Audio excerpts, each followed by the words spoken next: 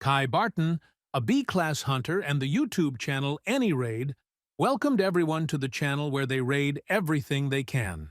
Today's monster is a C+ class monster. This video will be about how to attack an arachne. As viewers can see, arachnes live in groups, just like ants. They are also arthropods. However, they are completely different from the spiders from Earth. For example, these guys do not attack from the very beginning. Instead, they spit webs at their enemies. However, the arachnes began to attack Kai and his group. The blogger quickly started to fight back. He says that everything didn't go according to plan, and let the cameraman cut it out later. Meet Ethan Carter, who is responsible for filming and editing on the AnyRaid channel. The original fighting style of the arachne is not direct attacks, but hunting. That's why they first spit webs to entangle the enemy, and then they inject poison into the immobilized target, causing it to slowly resist. That's why they never rushed forward just like that.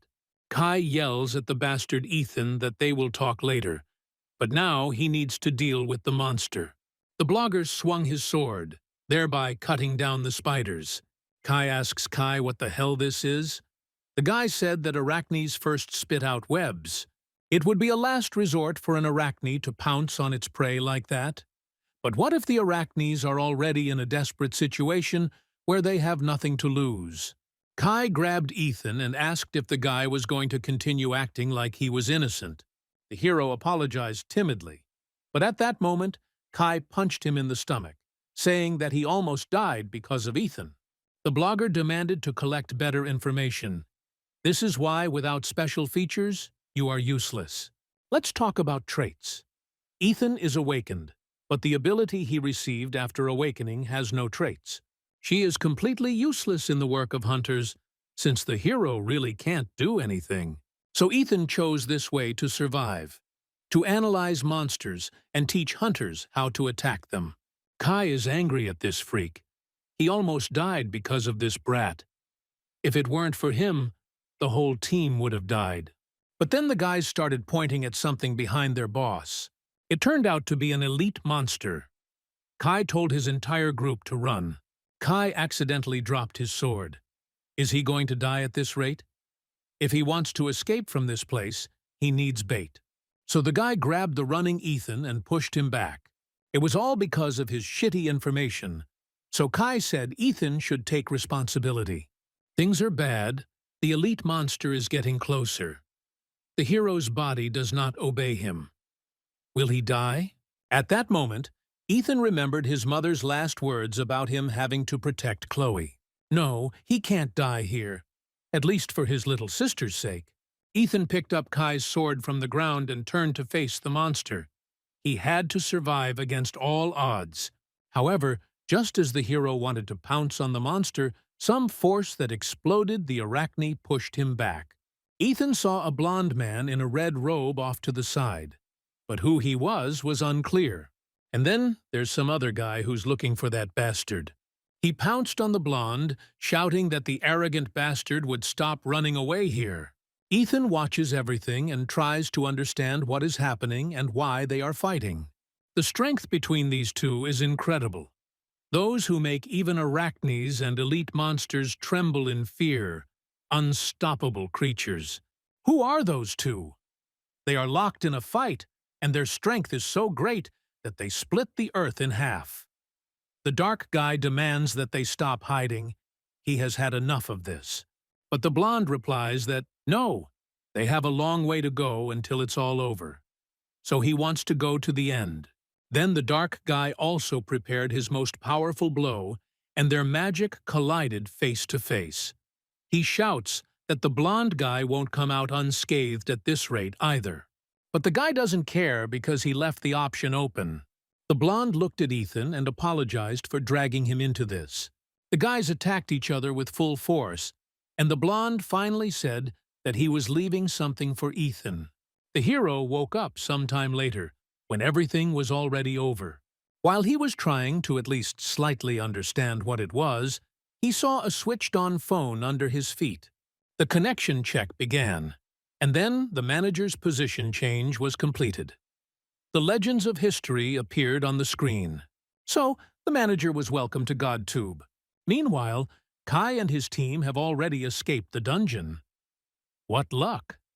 What are the chances of encountering an elite monster in a C+ dungeon? The boys praise the boss. Using that idiot as bait was a great decision. As expected of a B-rank hunter, Kai smirked. There was a reason his channel's slogan was, "We'll raid everything we can." Of course, he was prepared for that. And then suddenly, the guy heard Ethan's voice from behind, who was very angry. The hero grabbed Kai and tried to hit him, but seemed to have forgotten that he himself was an F rank. Kai doesn't know how Ethan survived, but he was lucky. The guy was too lazy to look for a new editor. The hero asked if he was serious now. Does Kai really think Ethan will continue to work for the guy who tried to kill him? But Kai replied that it was the hero who begged and cried, saying that he needed money for medicine for his sister, and he helped him out of his generosity. Ethan can't do this to him, and he has to pay him back. Kai told the boy to know his place. If you can't take it, then don't miss anything. Ethan had this habit because Kai was too cheeky. The hero didn't know it would help. The video of Kai leaving him could get an incredible amount of views. The guy reminds that he can just kill Ethan here. Yes, the hero will die, but Kai will go to jail and lose his hard-earned channel. So let him kill. Kai leaned over to Ethan and told him that if this video was posted anywhere, he shouldn't think that his sister would be safe.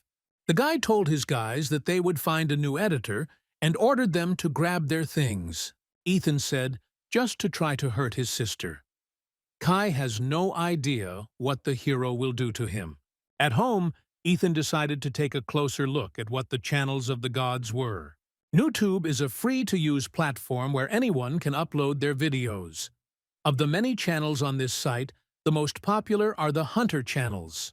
However, it also contains such unusual channels as Saint, the holy sword that the girl bought from Hephaestus. We'll try it on Lucifer. Or Thor. A veteran player completes the world serpent, Emungand, in 12 minutes. Gods from mythology, figures from history, heroes and legendary figures. Are they really running this whole GodTube? So who was that guy? And why did he give Ethan that phone? It's all confusing. The hero puts his phone down. But if it's true, and if they really do run channels like YouTube, they will probably start with at least 1 million subscribers. Let's see. It doesn't look so bad. Ethan decided it was worth a try. Ethan came across a lecture by Zhuge Liang, a Chinese general and statesman during the Three Kingdoms period. For subscribing to the channel, the hero received S+ rank insight. He can watch and study a lecture about her traits. Ethan knows that S+ is only a classification.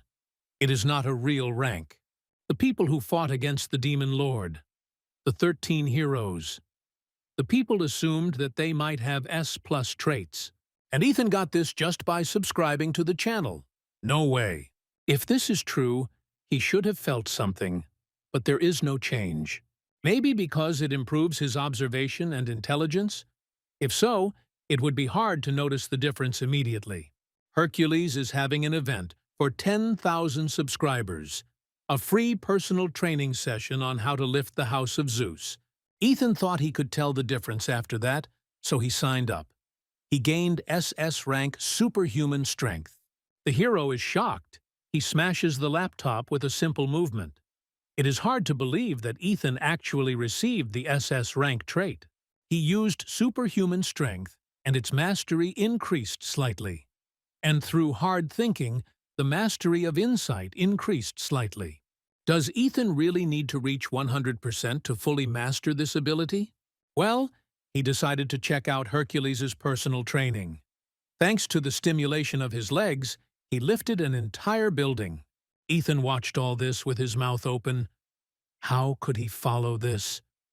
Now it was clear why Hercules only had 1 follower. The hero would never be able to do this. He wanted to write back, but writing back was impossible. Hercules turned to the thin boy, saying that he could come whenever he wanted, but he couldn't put him to bed whenever he wanted. Ethan tried dozens more times, but he could not unsubscribe from the channel. Currently, there is a subscription to 2 of the 3 channels. Suddenly, the hero received a call from someone who was recorded with a very unpleasant expression. Ethan picked up the phone and asked what Kai needed. The guy was surprised. He thought the editor had blocked him. Ethan asked him again what he wanted. The hero had nowhere else to go. But Kai didn't call to make fun of him, just wanted to talk business. The guy asked me not to be so rude. They worked together until recently. Ethan demands to know what Kai wants. He has no time for idle talk. So the SH group suggested streaming together. Kai suggested Ethan to join them.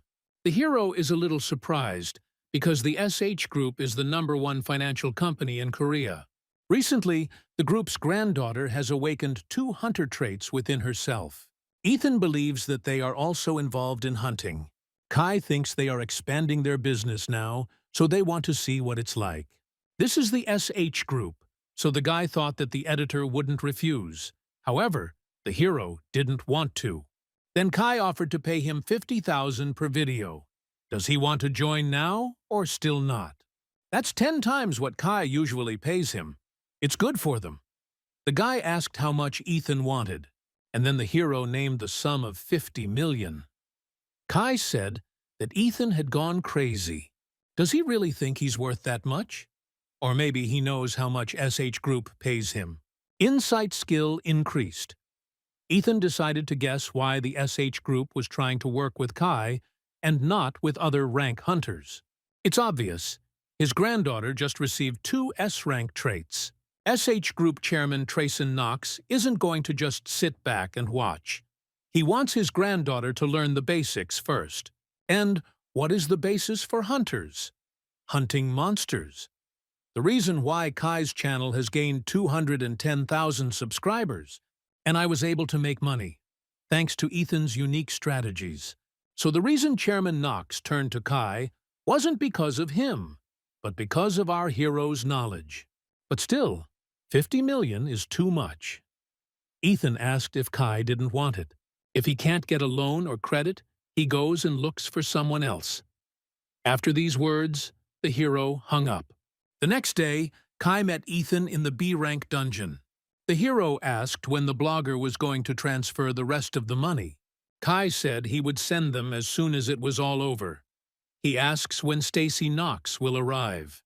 At that moment she appeared, introduced herself, and offered to leave right away. Ethan stared. This girl is Stacy Knox. So beautiful, but she will be difficult to approach. Well, for now, the hero gets his money and just does his job. They walked forward, and a black troll appeared in front of the guys.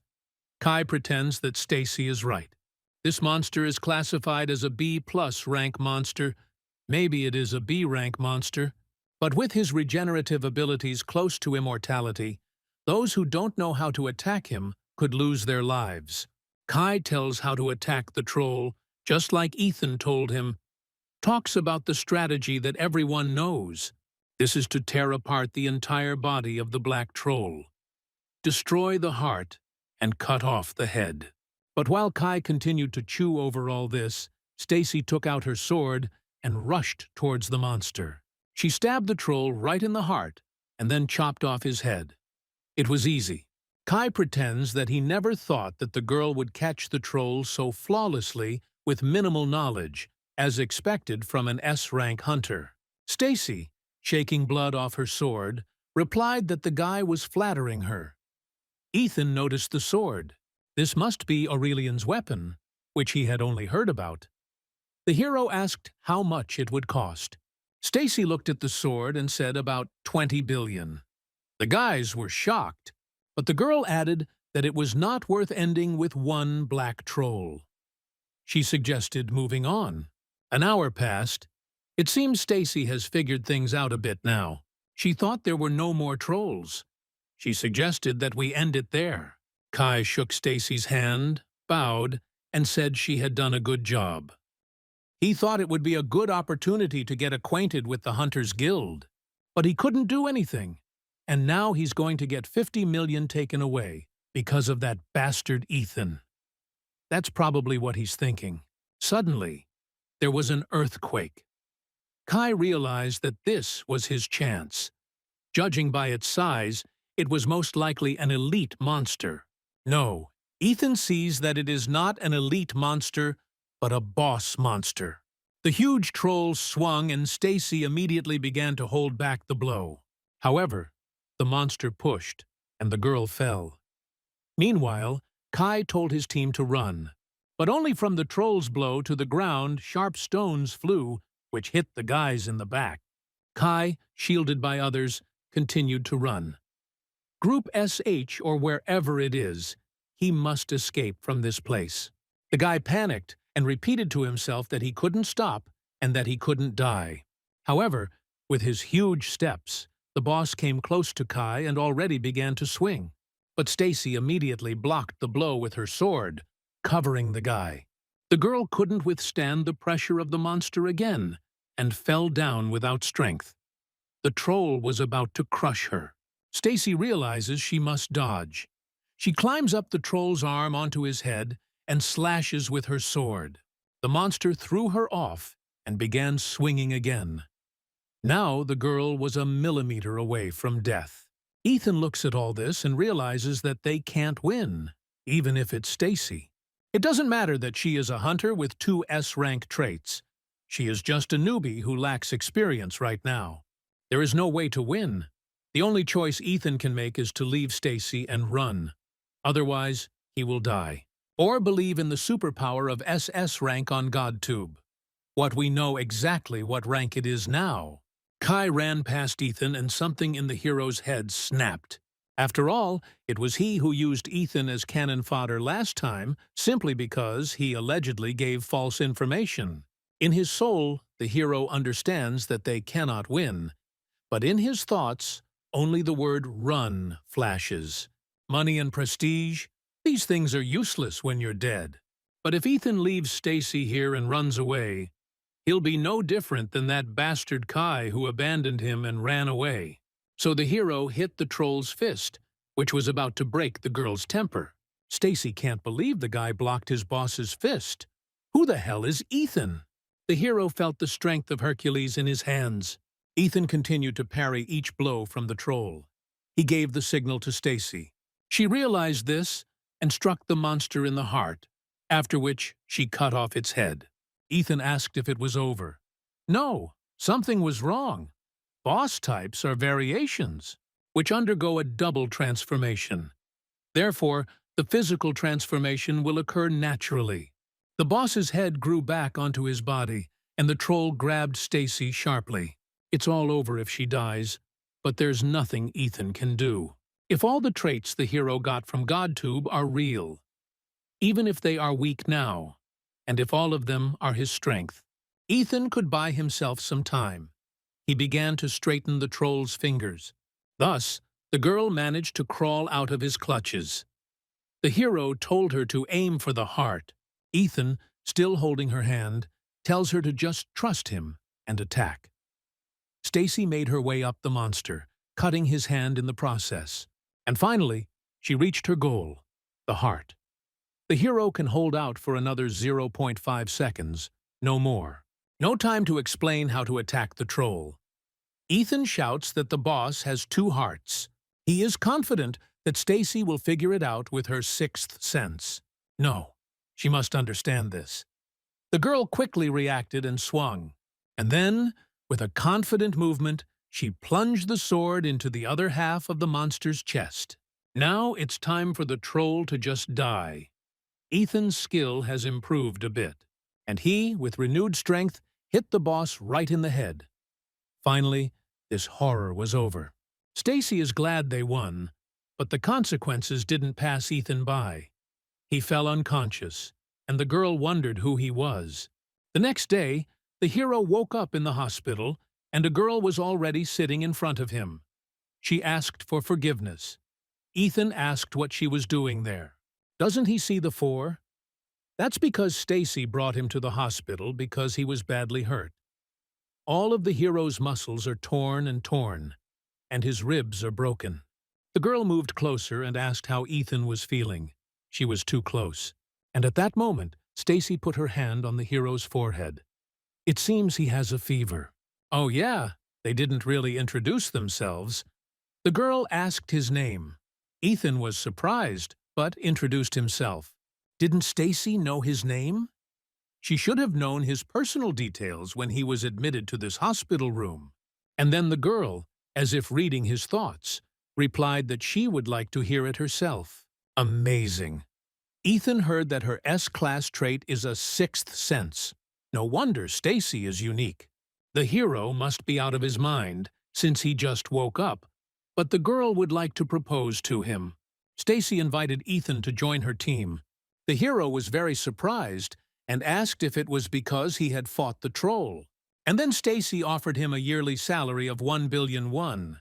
In addition, they would equally divide the spoils from the monsters. This is crazy. 1,000,000,000 a year salary and loot from monsters. And Stacy heard that Ethan's sister suffers from a blood disease. She is also hospitalized in this hospital. SH will take care of the expenses. The hero will not have to pay. Ethan asked what he had done to deserve such a price. And then Stacy asked him to develop a strategy for all the monsters she would hunt in the future. That night, Ethan considered whether he should refuse. When he told the girl, she said she understood, but asked him to tell her if he changed his mind. Stacy still owes the hero for saving her life, so she will repay the debt by paying Chloe's medical bills. No, Ethan will try to believe in the possibility of GodTube, the insight and superhuman strength he received there. GodTube is real. The channel of gods that turns S-class hunters into mere extras. There's no point in hampering this opportunity by immediately accepting the offer, but Chloe's incurable disease. Ethan must find a cure at any cost.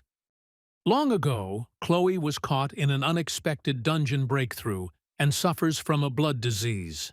There is no cure for this terrible fate in modern medicine, only symptom relief. But with GodTube, if Ethan gets their traits, he can definitely cure his sister. But the medicinal ingredients used for treatment are very expensive. And since it is a rare disease, Ethan will need a lot of money. In the meantime, I decided to finish editing a video that costs 50,000,000 won. Turning on the recording, the hero remembered Stacy's phrase about 20 billion. Ethan thought about it. What if he made gear and sold it? He could raise billions of dollars in no time. But Ethan only has one subscription left. If he wants an additional subscription, the hero must join. And that's 1,000,000. There's only one answer. The only way to make a weapon is to study metallurgy. Here it is, the course of Hephaestus. Ethan subscribed to his channel and received the SS class, God's Metallurgy. At the lecture, Hephaestus worked hard and said that when you improve a weapon, you shouldn't be afraid of failure. And the bastards of our time have no courage. You have to be prepared for the weapons to be destroyed. Ethan doesn't understand. Why do gods behave like this? However, the hero corrected his incorrect knowledge of metallurgy, and his skill level increased slightly. In the morning, Ethan was doing horizontal bars in his yard. The nurses were discussing how much better the patient's body was. The doctor said his recovery was incredibly fast, even for a hunter. The hero began to eavesdrop. The doctor also said that he could be discharged tomorrow. That's faster than Ethan thought. He'll have to train a lot before he's discharged. Superhuman strength mastery has increased slightly. If the hero uses super strength, his muscle fibers will be destroyed, like last time. It's better not to slack off on training. Suddenly, Ethan's sister came up to him. She heard that her brother was being discharged tomorrow. The hero mumbled something in response, and Chloe continued herself. When Ethan came to the hospital, she was so worried because it seemed like he was in serious condition. But the nurses said he had to stay in the hospital for at least a month, and he's being discharged in a week. What a fool. Chloe must be disappointed that her brother is being discharged first. Ethan told her not to shirk treatment, just because he's not around. She doesn't have to worry about money, at least not here. Chloe already knows that she is getting free treatment because of Sister Stacy's considerations. Ethan asked in surprise, but Stacy herself told Chloe to call her sister. She said that she doesn't have any younger siblings, but Chloe looks like one of them. Ethan didn't understand anything. He asked if his sister had ever met Stacy before. Chloe replied that, of course, her sister sometimes comes to visit. The hero was surprised. Why hadn't he seen her? My sister replied that Stacy sometimes comes by when Ethan is training and asks if he's okay before she leaves. Wow. Someone who must be very busy due to the hunter's activities came to visit the hero. Maybe she still wants to recruit him? Chloe excitedly asked if Stacy was doing this because she liked Ethan. No, he didn't think so. But the sister screams that the brother is so popular. The nurses always talk about him. Ethan asks to forget about it, stop saying useless things, and quickly go inside. He needs to go somewhere, namely, to earn money. In the dungeon, Ethan looked around. Was it because this was his first time hunting monsters? Need to calm down. The hero heard F-rank goblins nearby. Ethan knew the goblins worked in groups, but there were still too many of them. As a result, the hero had no trouble tearing the monsters apart with just a simple movement of his hand. The goblin just exploded. Superhuman strength is greater than the hero thought. The other monsters looked at Ethan in fear, and he just waited for them to approach him. After the raid, the hero brought the goblin corpses to the forge owner and asked how much he could make from them. The owner of the Lucas family forge, Aiden Lucas, asks to do what? He asked Ethan to bring him ingredients, not scraps. Okay, while the blacksmith teaches the hero how to smelt it. The man said to follow him. The hammer is not only power. Aiden spent most of his youth studying metallurgy. And now, 20 years later, when he is already in his 40s, now he is a talented and passionate awakened with A-rank agility. The man says that if you have good materials, that doesn't mean you can easily get A-rank or S-rank equipment.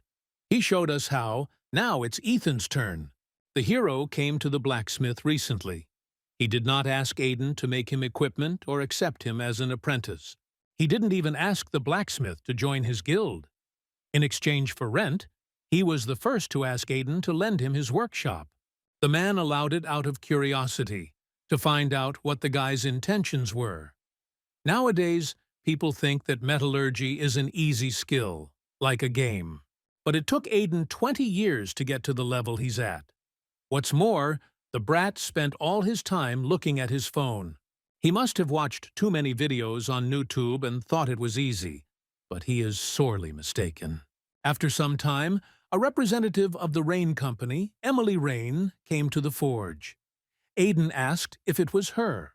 Well, of course, who else but her would come to this forge, where it stinks of sweat? She could have entrusted this to someone else, but she comes herself every time.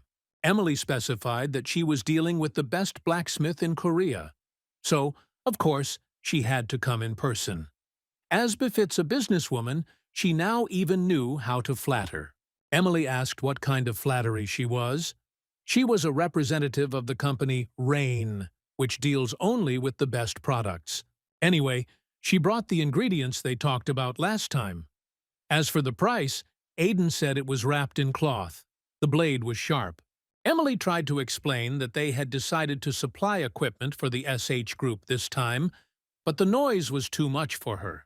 She yelled and asked Ethan to be quiet. She was trying to talk.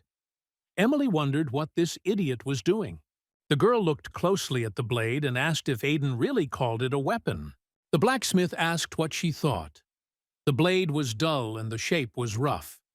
Emily asked how anyone could use it. And then Aiden asked in response what the girl would say if it was made of goblin and kobold skeletons. Emily was surprised. Moreover, the material was in worse condition, and it was the man who picked up a hammer for the first time today.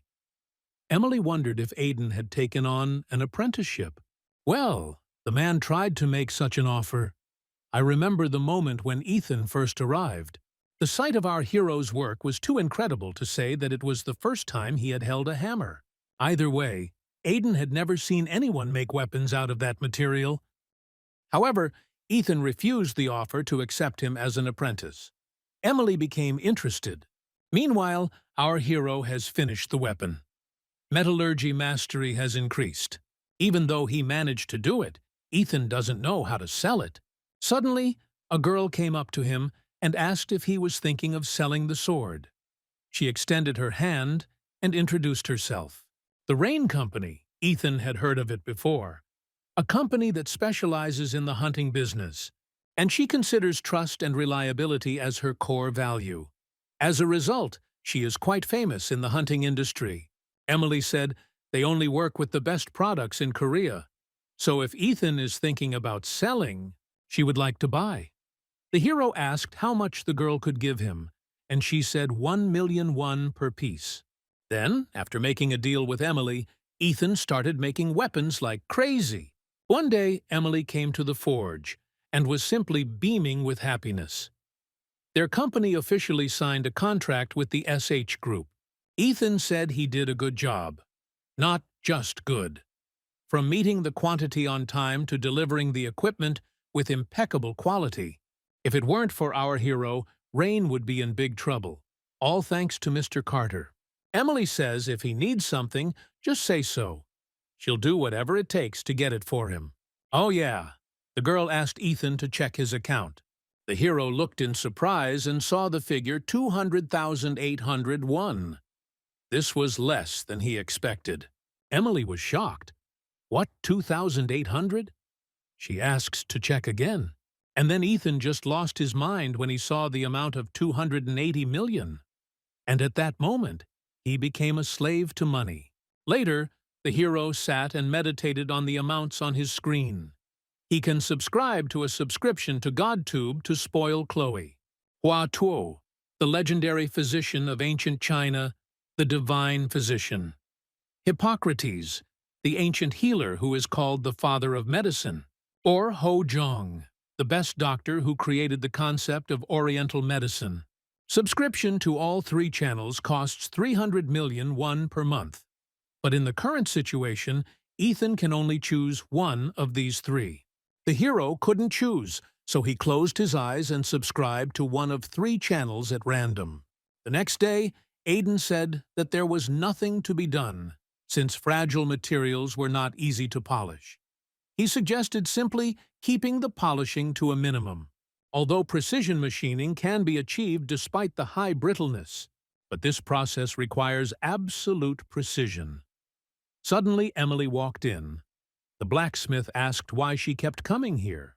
The girl replied that she came here because of Master Ethan. Oh, the hero was just waiting for her. Last time, Emily said she could get him everything he needed. The hero handed over a list and asked if it was possible to get it.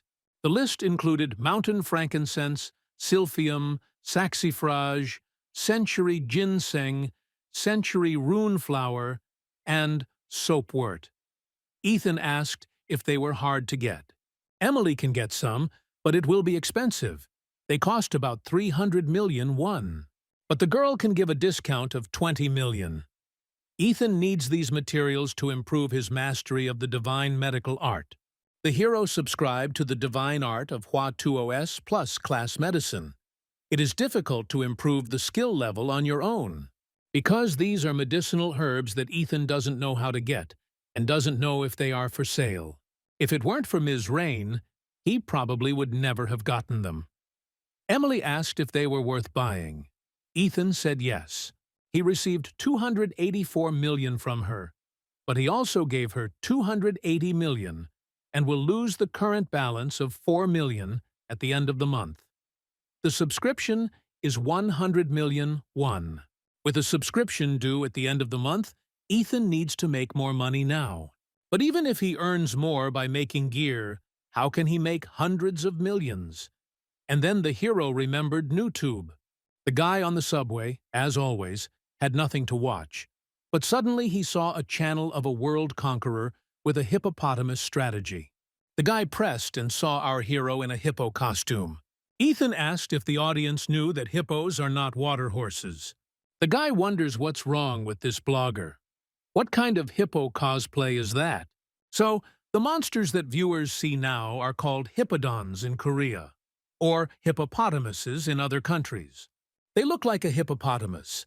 The character for a horse is used to represent a hippopotamus. But hippos do not belong to the horse family. The guy didn't even think about the fact that the hieroglyph for horse is used to represent a hippopotamus. So Ethan said that these monsters are actually members of the hippopotamus family. To be precise, to the cetaceans. If we go into details, our head will hurt, so the hero will stop there. In any case, he will show how to conquer a hippopotamus. First, he advises to excite him with a red cloth. Cows don't get nervous from the color red. The main thing is to excite them. Ethan showed the monsters a red rag, and a herd of hippos immediately ran towards him. How to beat a hippo. Second, just hit them and catch them. Is that the whole strategy? Ethan ran towards the monsters and just started attacking them. He ended up standing in a pile of corpses. Still easy, right? Still, we must continue to attack. Ethan delivered a few more blows, accompanying them with funny conversations, and finally finished. He told viewers to like and subscribe if the strategy was helpful.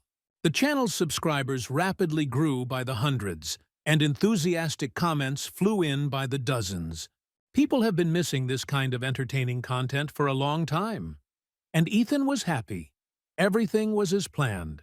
After some time, the number of subscribers exceeded 1,000, and the video gained almost 130,000 views. It seems like the audience really liked the concept of the previous video. This time the response was good, only due to the power of the algorithm. Ethan can't hang around low-class monsters forever. Well, gotta strike while the iron's hot. As we know, due to our high adaptability, stimulation requires ever greater intensity in order to constantly arouse strong interest. This is Ethan's specialty. After all, analyzing monsters and strategizing is his job. 1 million subscribers is not just a dream. But there is just one problem. The hero's nose suddenly started bleeding, and then his head started spinning. But Ethan has to edit the video. However, he could not keep his balance when sitting on the chair and fell to the floor. The hero worked too much. After some time, Ethan woke up and saw the ceiling of his room. It seemed he had passed out. But still, thanks to Hercules' super strength, everything ended only with the hero fainting. Ethan needs to edit the video quickly. He decided to see how much time had passed and saw that the clock showed 4:30 in the morning. Ethan is shocked that he has been unconscious all day. At this rate, he will die of exhaustion before he earns any money. The hero realized that he had to hire an editor. A couple of hours passed after the ad was published. Ethan didn't think there would be so many applicants. Maybe it's because of the high salary.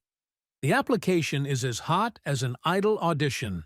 Basic salary is 3 million won plus additional incentives depending on the number of views. As expected, money is the best. So Ethan has to choose the one who will bring him more money. He started watching videos of the candidates. The sound effects in this video are appropriate and have a sense of humor. The editing skills are also better than the hero. But Ethan doesn't understand why this candidate still hasn't come.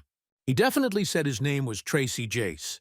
The hero made an appointment with the guy for 1 o'clock in the afternoon at a cafe, and the guy just replied, "Okay." Not only the name, but also the way he speaks. Isn't he a middle-aged man? Even better, he might be experienced.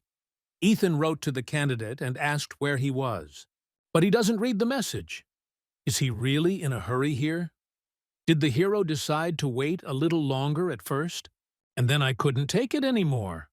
What a bastard. And suddenly, a man flies in, apologizing for being late. The girl is here for an interview with the editor. She came up to the hero and asked if he was Ethan Carter. The hero was shocked. By the name Tracy, he thought it was a man. In any case, Ethan asked why she was late, and did not even read the message. Tracy replied that she had been up late editing a video and had forgotten to pack a lunchbox for her little brother's picnic. And she couldn't read the message because she was running here. She edited the video attached to her application. So Tracy edited the video Ethan provided in just one day. The girl clarified that, actually, it wasn't a day, but about 3 o'clock. The hero suddenly fell silent. Tracy doesn't understand what's wrong with him. Suddenly Ethan said her name, and the girl was already pressed into the chair in fear. The hero smiled and asked when Tracy could start work. She replied, "Right now." It usually takes Ethan 8 hours to edit a video, but this one takes 3 hours. How much will it cost? As stated in the ad, 2 videos per week is the standard. Sometimes the hero uploads 3 videos, but of course, he would pay extra accordingly. Ethan extended his hand and told the editor that he would be under her supervision from now on. Tracy replied that she would work hard, but suddenly they saw people running at breakneck speed through the window. A dungeon breach has occurred. It has been determined to be a C-rank event. Residents of nearby buildings must evacuate. Tracy yells at her boss that they should evacuate too, and Ethan asks again. She said she could work right now. He gave her a phone and told her to follow him.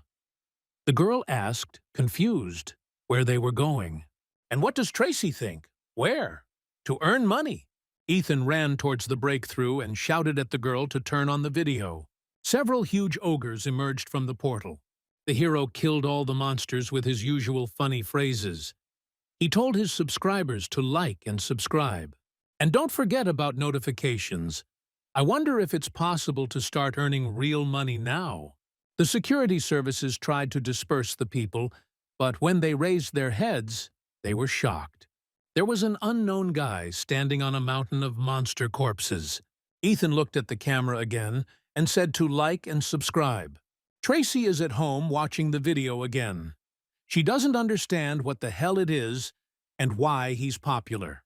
People write to see how stunned the dispersed guards are. But is it really possible to smash a C-rank orc's head in like that, with bare hands? Tracy made Edith a video of Ethan, but she just doesn't get it. But she knows one thing for sure. Her boss is a real NewTube psycho.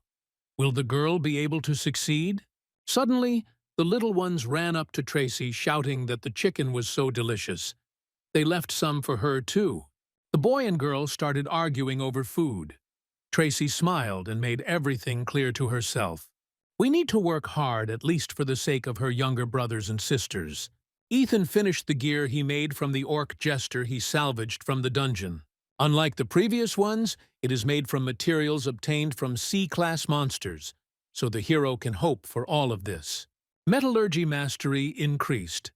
The system wrote that Ethan created equipment that is worth giving away for free. But still, his skill increased to 1.4%. Considering how much it increased, this is an incredible number. Emily and Aiden say that Ethan's gear gets better with time. The blacksmith doesn't understand. How could this happen to someone who started working out less than a month ago? Ethan says he still has a long way to go. Emily asks if the hero is going to sell the sword. Of course, she knows how to sell it for the highest price. By the way, the girl said that Ethan looks much better now. At that time, his bags under his eyes reached the very end. Now, the hero lives like a human, not a zombie. Since Tracy started editing his videos, he actually has more time to sleep, even though Ethan is still busy. Although last time, after she was paid the hazard pay, he had little room left for personnel expenses. Still, helping to film a video isn't an editor's job, so Ethan really should pay Tracy that much. The hero has no complaints about her editing skills since she tries so hard. Ethan is very grateful to her. Oh yeah, he asked Miss Rain what was going on with the medicinal herbs he asked for last time. Of course, the girl got everything. This was Ethan's first request. The hero was shocked that she had already succeeded. It was incredible. Of course, Emily Products sells only the best goods from Korea. "And what does this have to do with it?" Ethan asked how much it was from him. The girl started counting. The total amount was 212.44 million won. It was a huge amount. But since it was Ethan's request, Emily will give a discount and set the price at 200 million won. Next time he won't give a discount. The girl asked where the hero would put so many medicinal herbs. He replied in confusion that it was for clinical trials.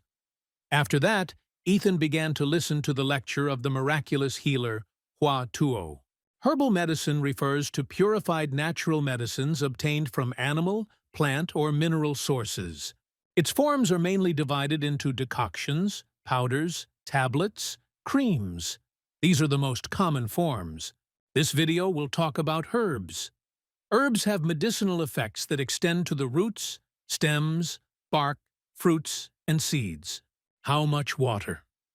At this rate, Ethan won't be able to improve his mastery of the divine art of medicine. Increased mastery of the wrong skill, namely insight. In simple terms, it refers to the study of medicinal herbs used to treat diseases, and also studying and gaining knowledge about their actions. But Ethan does not understand why Huatuo complicates such simple words.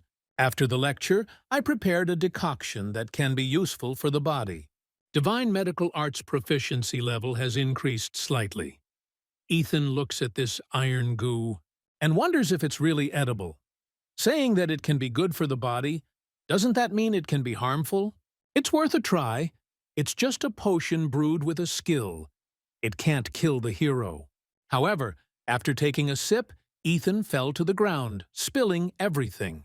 He cried for the money he paid for the herbs. Suddenly a notification came on my phone. The hero consumed a decoction that could be useful for his body. Superpower mastery increased slightly. Ethan was surprised. It hadn't even been 3 seconds. He thought, maybe he should lick the potion off the floor. Later, the hero went to the dungeon. Vampire bats are E+ rank monsters from the bat family. There are a few reasons why Ethan came here. First, to make a video about our bats' rats. Secondly, get loot to craft gear. And finally, study the vampire bat disease.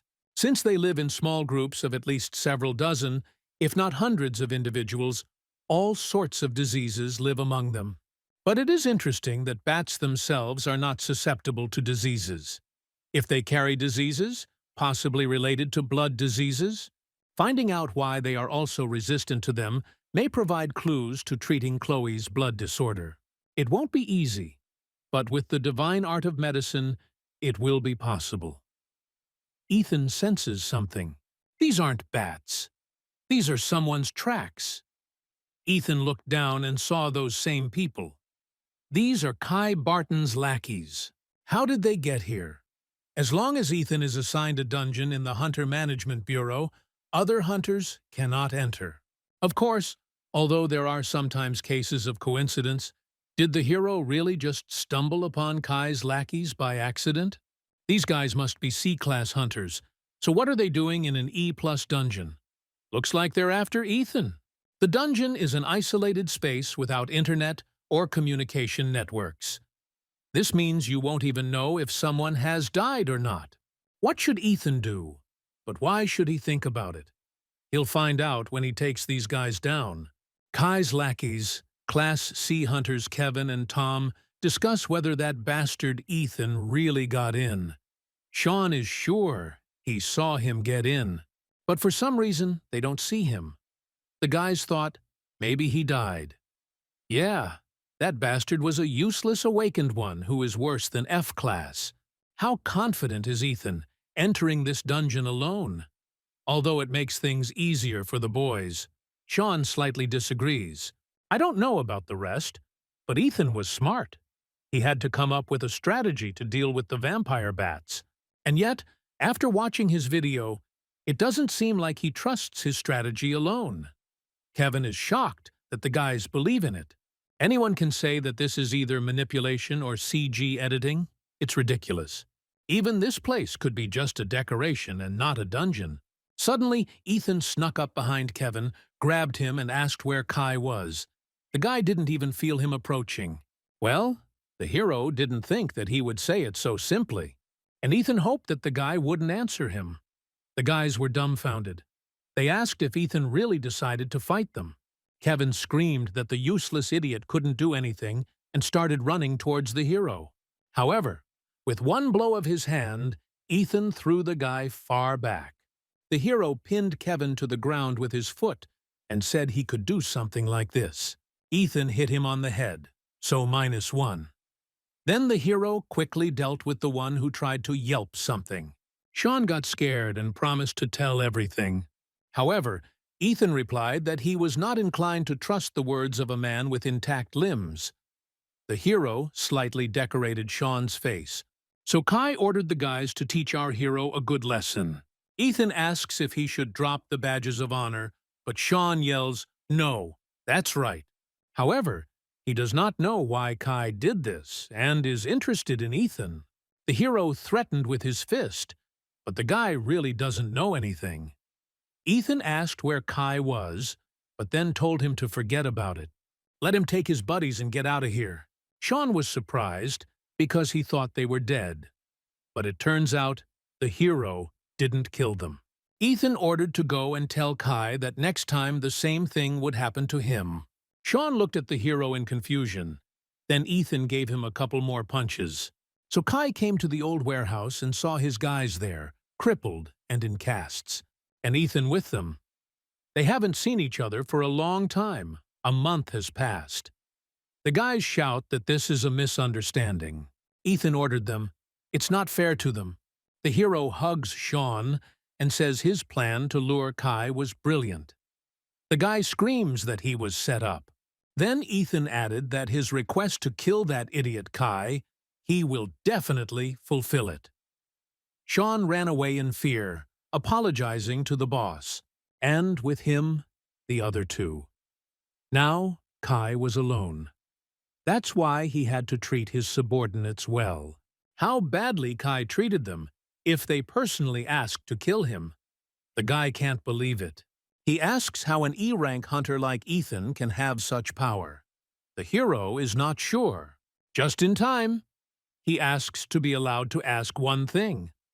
Why is Kai doing this to him? The guy responded by asking if there was a reason he should tell Ethan. Of course not.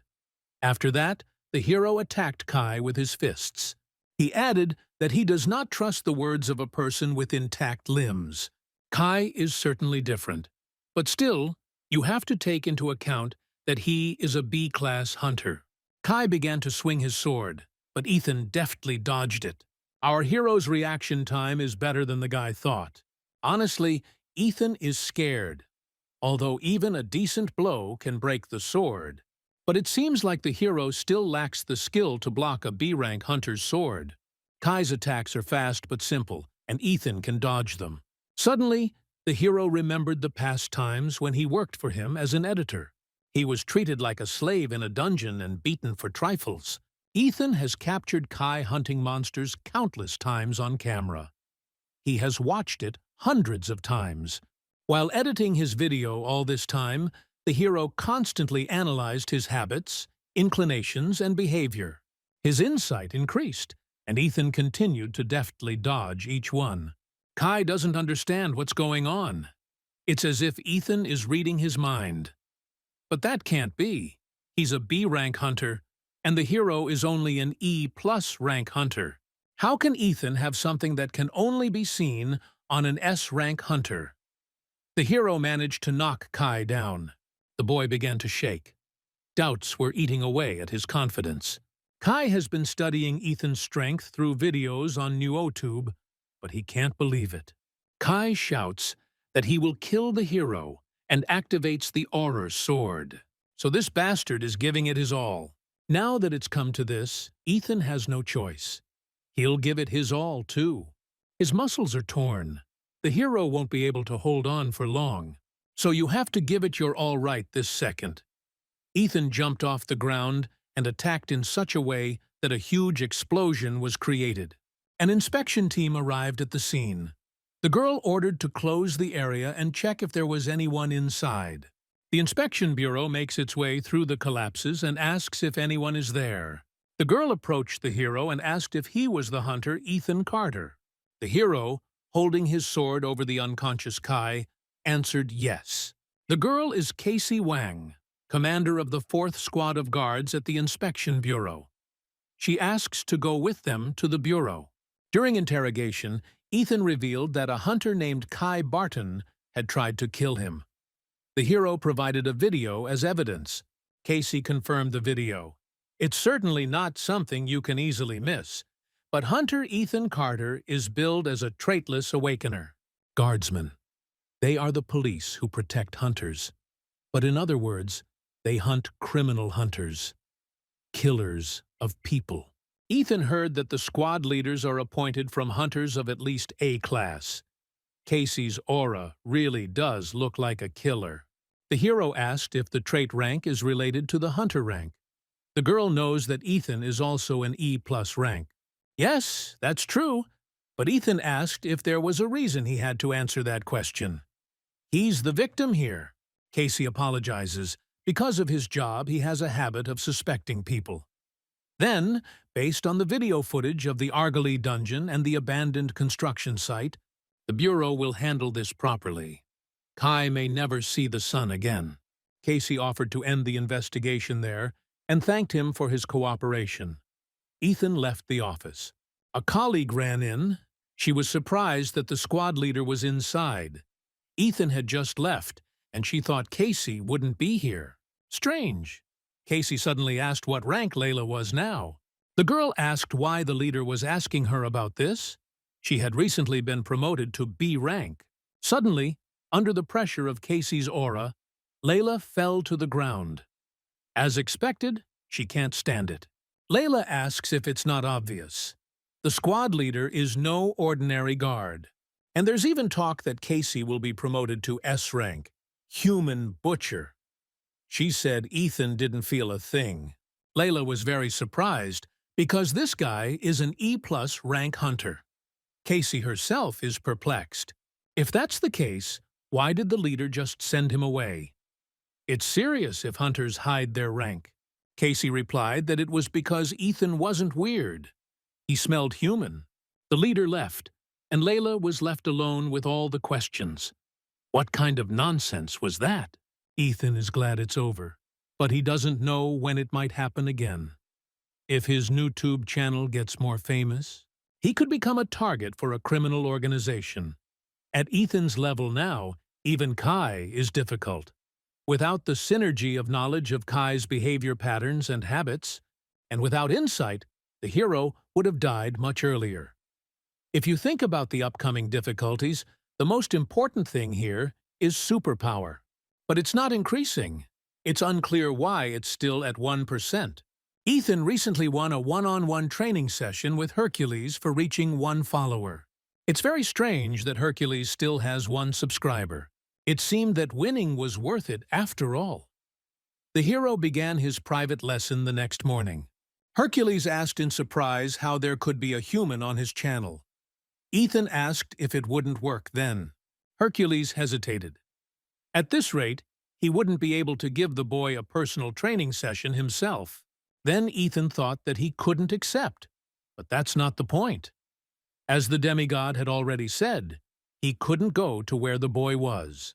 So he can't give him a one-on-one face-to-face training session. Just think how Ethan got connected to GodTube. And what about that blonde guy who left him the smartphone? And that white-haired guy the blonde guy fought with? But even if Hercules couldn't fix the boy's posture himself, he could at least teach him this. He offered to start right away. For example, they will pull and tear off the horns of the Minotaur in one fell swoop. Hercules cannot lose his precious subscriber. Ethan's body balance is now a complete mess, especially the back muscles. The hamstrings refer to the muscles on the back side of the body, and the back muscles are one part of them. Hercules shows lat, then back, trapezius, triceps, brachioradialis. Ethan learned about perfect muscles. Super strength increased. As the hero sees it, there are different types of back muscles, and since they are all on the back, Ethan cannot see them. This often leads to forgetting their importance. But Hercules says that these muscles are extremely important, namely, for the overall balance of the body when you need to make bold movements. Ethan asked what that was just now. Oh, it's called divine martial arts. Hercules created it. Nothing special, but he collected all his fighting methods into one and systematized them. This is the one that Hercules used when he crushed the Hydra. He hit it in the middle of its head and killed it instantly. In any case, the muscles of the back of the body are also important in these techniques. The lower body is the pillar that supports everything.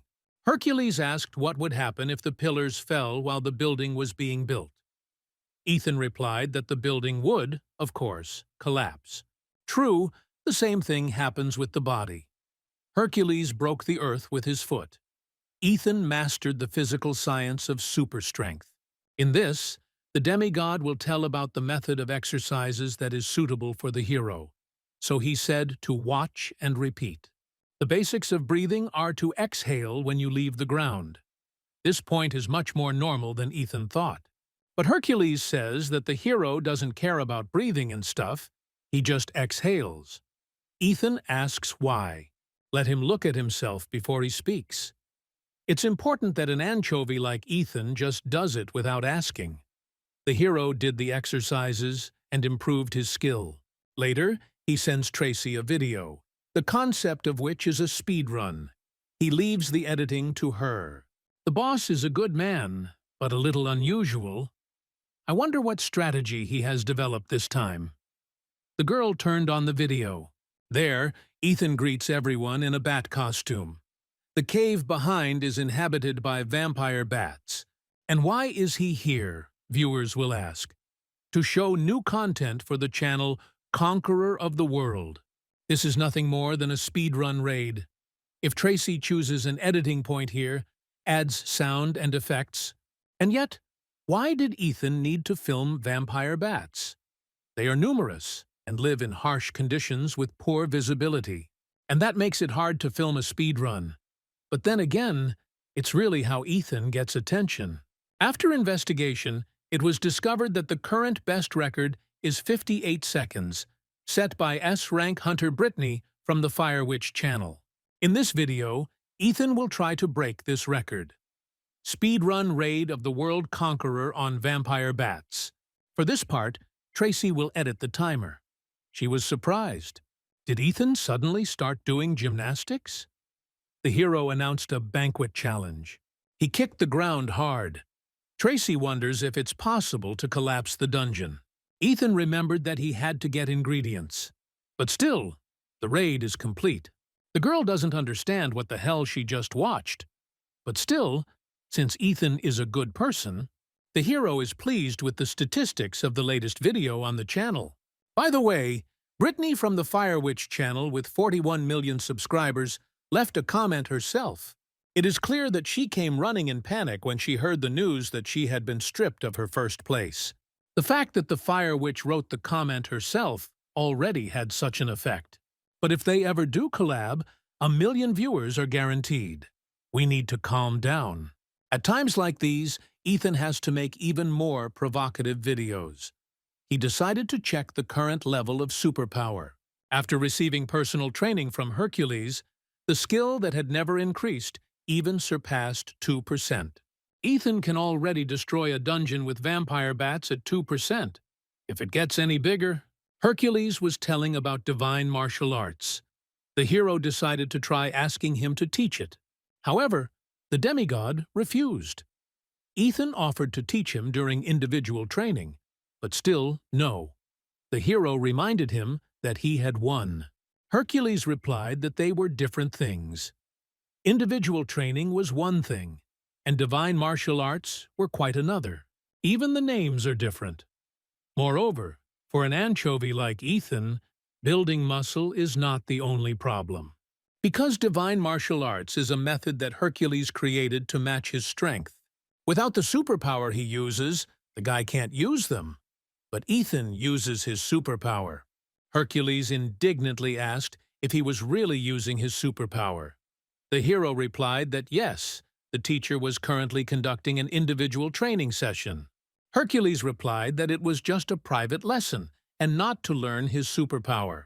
Ethan is confused. He studied it. The demigod can't believe it. Can't God traits be learned on GodTube? Or isn't what the hero learned Hercules' superpower? Hercules leaned forward and pressed down on Ethan, but he didn't even move. So he learned superpowers because he subscribed to the channel. It seems the same applies to the channel of other gods. Ethan replied that it was all true and asked if it was weird. Hercules replied that of course it was. It's crazy that a guy gets the power of gods if he subscribes to their channels. However, it worked with Ethan. Hercules thought about it and asked how he connected to GodTube. After all, the guy is definitely a man without divinity, because Ethan opened up this possibility. He told how it all happened. Hercules thinks that the two guys Ethan met are from GodTube. But can people from there come here? Hercules said that he himself could not come here. As the hero said, this dimension and their dimension cannot interfere with each other. Furthermore, Ethan said that his GodTube account was a manager account. Then one of those guys was a manager. Hercules knows a few, but still, Ethan shouldn't get the power of the gods just because he signed up with a manager account. If this were possible, managers would become the gods of the universe. However, Hercules is confident that Ethan has received his superpower. The hero asks to be accepted as his student. But the demigod still refused because it was troublesome. Even though Ethan learned superpowers, they are two different things. Even giving individual training is troublesome enough. And the hero wants to add divine martial arts to this. Hercules is against it. Then Ethan decided to ask one thing. What do subscribers mean on GodTube? Hercules replied that the guy could understand it as an element of divinity. Does this mean that the more followers you have, the higher your godly status? Ethan isn't quite sure what that means. But in general, the more the better. That's probably why Hercules continues to give private lessons, even though it's annoying. In other words, followers are the only thing he cares about besides muscles. So Ethan made a suggestion. If he gets 100 subscribers to Hercules' channel, he will teach him divine martial arts. The demigod doesn't understand how the guy will do this. He can't even come here. Then Ethan suggested that Hercules trust him this time. After some time, the half-god received as many as 127 subscribers. Hercules came to Ethan and said that from today on, he would become his faithful servant. In the future, the hero will tell him about interesting ideas for video content. But the demigod must teach him divine martial arts. But Ethan asked what the number of followers actually means. You could say it's a form of trust. Divine status is formed through the trust of others. Therefore, the more people know about the gods, the stronger they become. It's complicated. As Ethan discovered, godhood increases as your followers increase. In any case, Hercules will teach him martial arts. And before that, he asked him to speak calmly, like before. Then Hercules suggested to begin. So, the first thing Ethan must do to learn martial arts, to be precise, the muscles that need to be trained first are none other than the muscles of the brain. In any case, demonstration is better than explanation. Suddenly, Ethan's head started to throb really badly. What's going on? The hero can't see Hercules move in any frame. And then there's this crazy feeling of pressure. So Ethan learned divine martial arts. The mastery of superpower has increased by more than 1%, although before it had practically not increased. Moreover, SSS rank. As Ethan himself sees, he can't handle it. Hercules says this cautiously, but maybe the hero's soul level is still insufficient. If he uses martial arts in this state, his mind will be destroyed first. He must develop his brain muscles first. In other words, what Hercules meant by brain muscles is the soul level. More intuitively, mental strength. So, Ethan needs a strong psyche to cope with divine martial arts. Hercules could have just said it from the start. The hero asked if he could learn it. The demigod hesitated. Normally, this would be impossible, but perhaps if it was Ethan, it was possible. And all because he can obtain the power of the gods. That is, it is desirable to obtain the power of gods who specialize in mental power, one that can support the extraordinary strength of Hercules. There are different ones, Jesus, Buddha, but Hercules recommends the channel of Master Conf. He means Confucius. Ethan is shocked, so he has to subscribe to the channel and pay this crazy monthly fee. Now Ethan has a balance of 153 million. The subscription to Hua Tuo's channel was 100 million. That's a whole billion a month. Well, at that rate, it's absurdly unprofitable. Is it worth it? Ethan doesn't know if this is really right. Emily came to the forge happily. She brought the ogre tendon that the hero wanted. Ethan asked how much, almost with tears in his eyes. Emily replied that it was exactly 113 million. Ethan bitterly transferred the money to her. But he asked what he was going to use the tendon for. The hero replied that he was going to make equipment this time. The ogre is an A+ rank monster, so Ethan can't hunt it himself yet. Still, if he wants to learn divine martial arts, he needs 1,000,000,001. So he needs to use good materials to make good equipment and sell it. Ethan can also practice using the gear for himself. When will he make it for himself? Money is his enemy, his eternal enemy. Well, the hero decided to start. Aiden saw Emily frozen and asked what brought her here. However, when he saw Ethan's work, he, like her, couldn't take his eyes off it. Despite the fact that the hero gave it his all, it was still a one-time product. But the metallurgy skill increased by 5%. Aiden ran up in shock, asking how Ethan did it. The hero asked Emily how much it could be sold for. The girl was surprised. It was beyond her capabilities. There was no one among her clients who could buy equipment of such a level. There's no point in making this glove if Ethan can't sell it. If the hero subscribes to Confucius, pays for the subscription to Hua Tuo, and pays for Chloe's medicine. Ethan asked Emily not to worry and sell the item for him. It was a one-time item anyway. Since the hero has trusted her, she will do everything possible. The girl playfully asked if she could take Aiden's name. She is thinking of putting this item up for auction. In just a few days, people have gathered in the hall. The host introduces the next lot. Equipment that even Master Aiden Lucas couldn't help but admire. People started whispering, "This is a blacksmith recognized by Aurelian." So the next lot is a pair of high-quality gloves. They are made from ogre sinew, which makes them extremely durable. This means that you don't have to worry about them breaking. The presenter asks you not to be surprised. But perhaps because they are made from the tendons of an A-rank monster, the evaluation result shows that they are capable of enhancing the owner's power. People were amazed because only Master Aurelian can make enchanted equipment. Unfortunately, this is not enchanted equipment. They say the boost is very small, about 5%. But it is still a special effect equipment. The gloves are effective as an auxiliary equipment. Judging by the guests' reactions, it looks like the host will be beaten to death if she drags on. So let's get started. The starting price was 10 million, with a subsequent increase of 5 million. Bids flew one after another. Thus, the price quickly reached 350 million won. The host asks if there is a higher bid.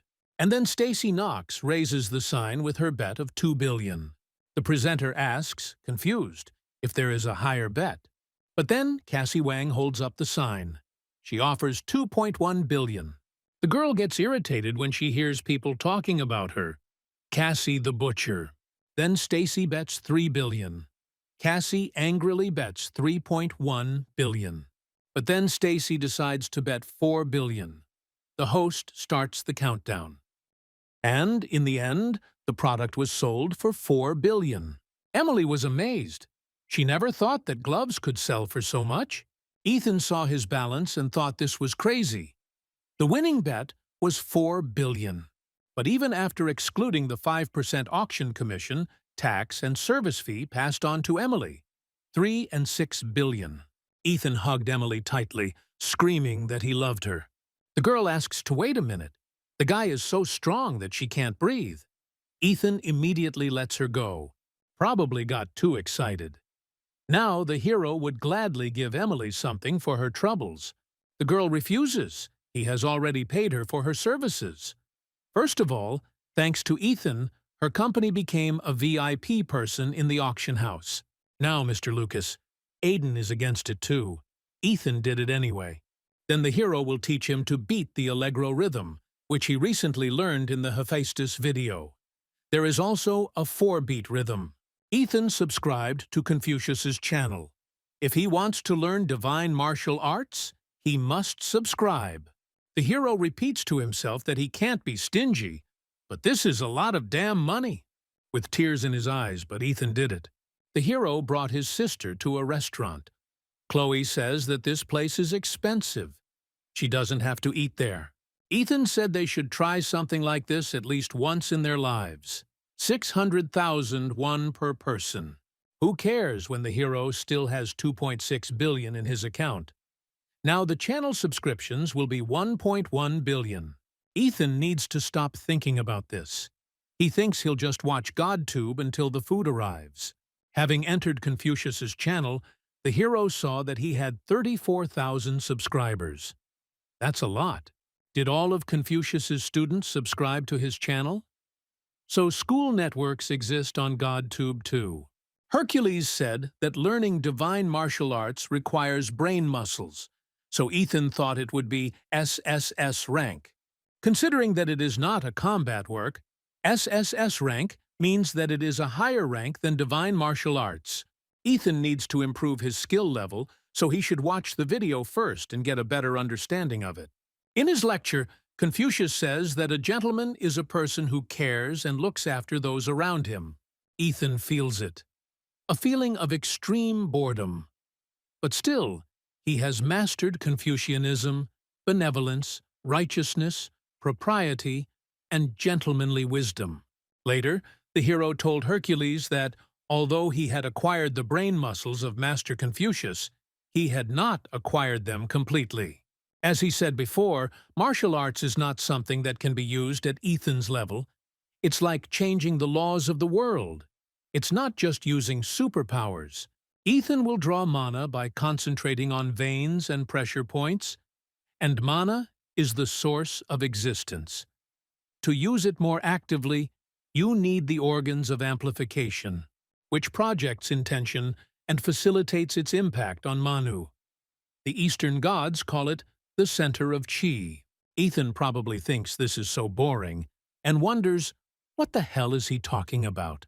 Hercules says that the boy wants to gain this power, not learn these complex concepts. Even if Ethan wants to say no, Hercules doesn't think he can. As expected, the hero agrees. Hercules came up with a way to help the boy master divine martial arts more easily. The answer lies in his muscles.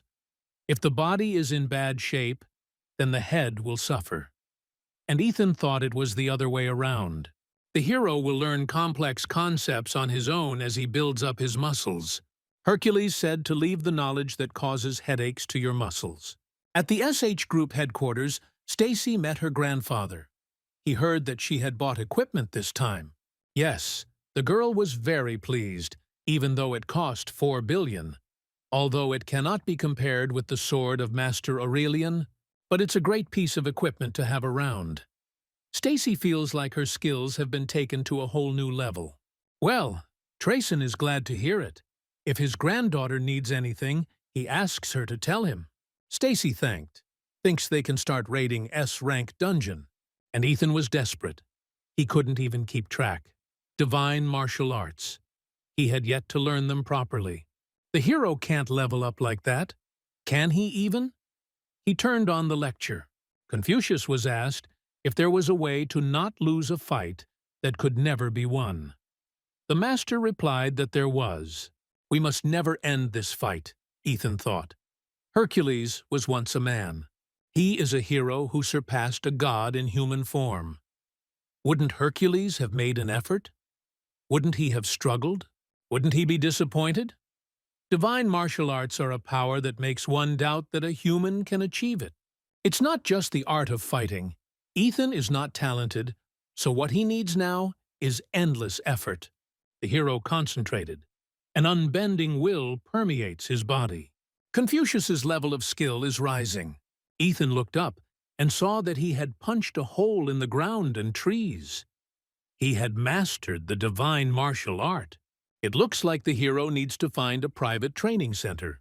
He has no idea how much money it would take to pay compensation for this. Later, Ethan sent Tracy the same video of the vampire bat as last time. Fire Witch broke the boss's record on her channel and took first place again. An incredible record of 11 seconds. The attack was over as quickly as it had begun. And yet, the fact that Ethan had made a video with the same concept. Tracy opened it.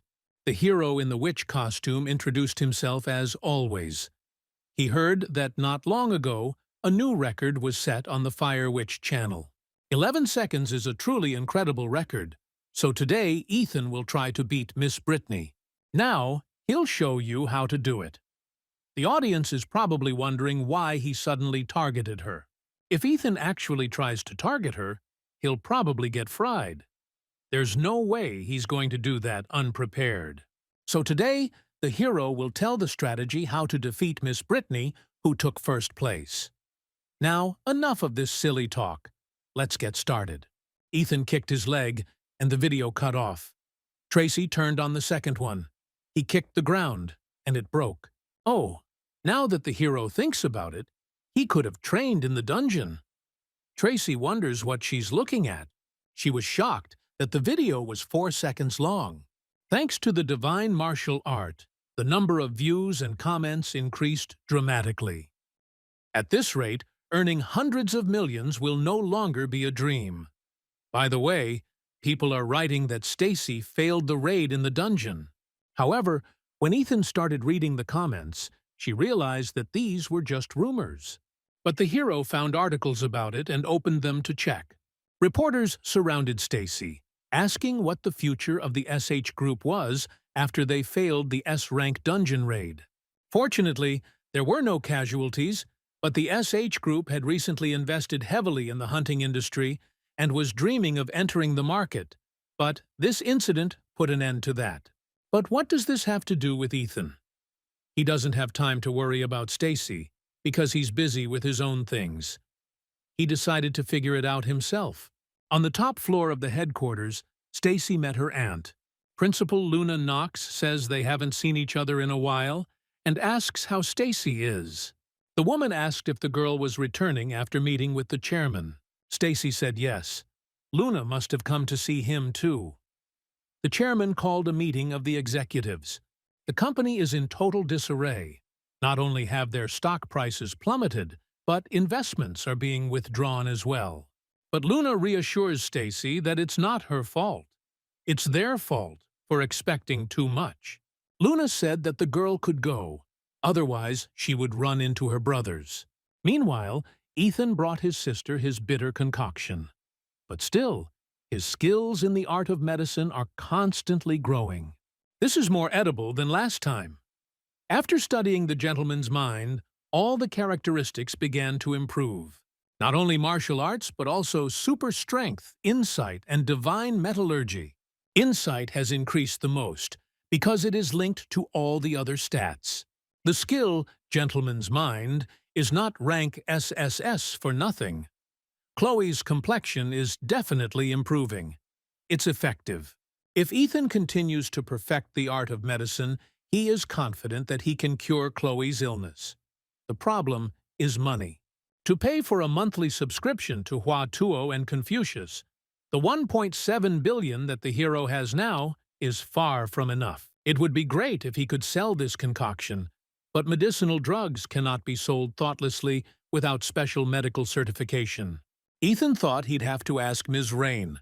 Suddenly someone knocked. The man asked if this was the residence of Mr. Ethan Carter. He is the personal secretary of Mrs. Stacy Knox, Logan Starr. The man said that the young lady wanted to go through the dungeon again. That is, she wants to go through the dungeon again, and she needs Ethan's help. Stacy asks to think of a strategy. More importantly, the hero asked what happened in the dungeon. Logan apologized, but he himself did not hear the details. Stacy only said that Ethan's help was absolutely necessary. The young lady wanted to come in person, but since many are watching her, she asks to forgive her and at least talk to her. Ethan smells it. The sweet smell of NewTube and millions of views. Stacy was working out in the headquarters gym. The hero saw that she was wearing the gloves he had made. Logan said he would call her, but Ethan suggested they wait for now. Trance training. Training with this level of concentration can give a lot. The hero had a similar experience some time ago. Ethan may have to wait a little while, but Miss Knox may have an opportunity that doesn't come around often. The hero watches her. The girl's movements are definitely not systematic. Maybe because Ethan's understanding has improved after learning the skills. What Stacy does is nothing more than random hand movements. Moreover, she has not learned how to wield a sword properly. One of Stacy's traits is her talent as an S-class swordsman, but she is overshadowed by her rudeness. It's as if she can use superpowers like Ethan. But Stacy has not learned the divine martial arts to systematically use this power. Swordsmanship based on brutality will eventually show its limitations. If Stacy learns proper martial arts, she can grow significantly. The only way for her to grow is to join the cult as a disciple. But why does Stacy need this? The SH group won't allow it anyway. Apparently, a good past isn't always useful. However, at Stacy's level, Ethan thinks she will be able to maintain the martial arts she learned on GodTube.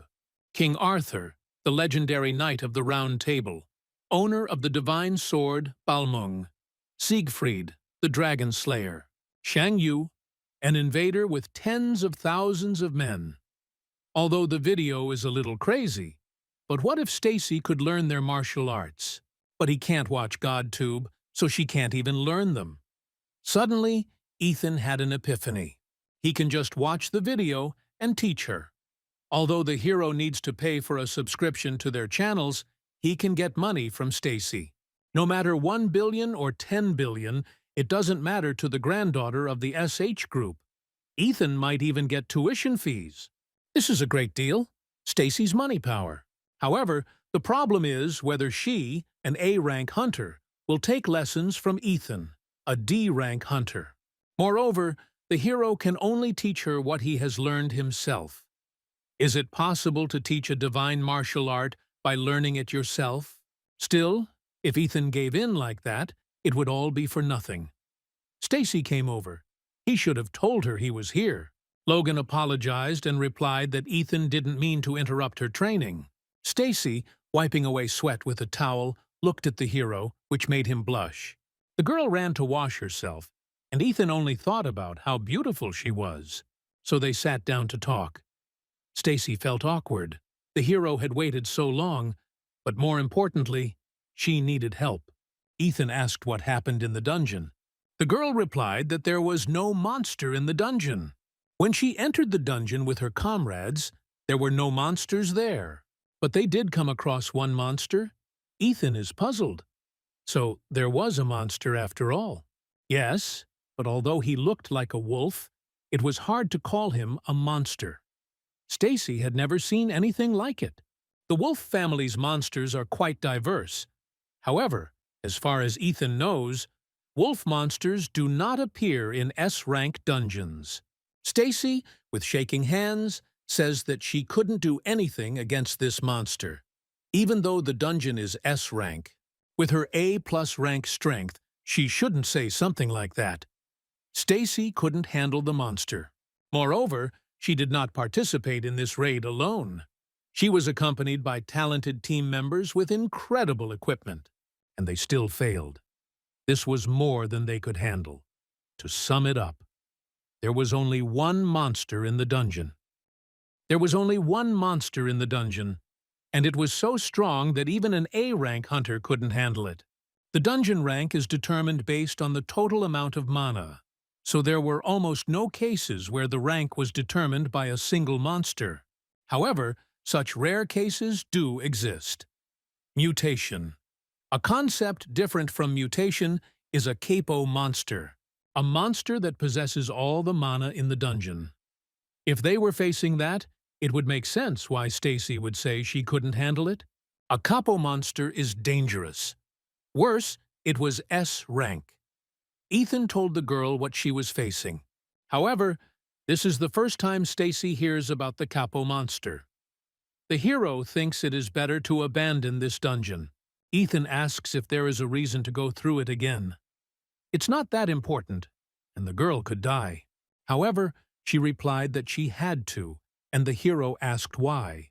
Stacy said that she was not the only one with problems. Due to the failure of her raid, the SH group suffered heavy losses.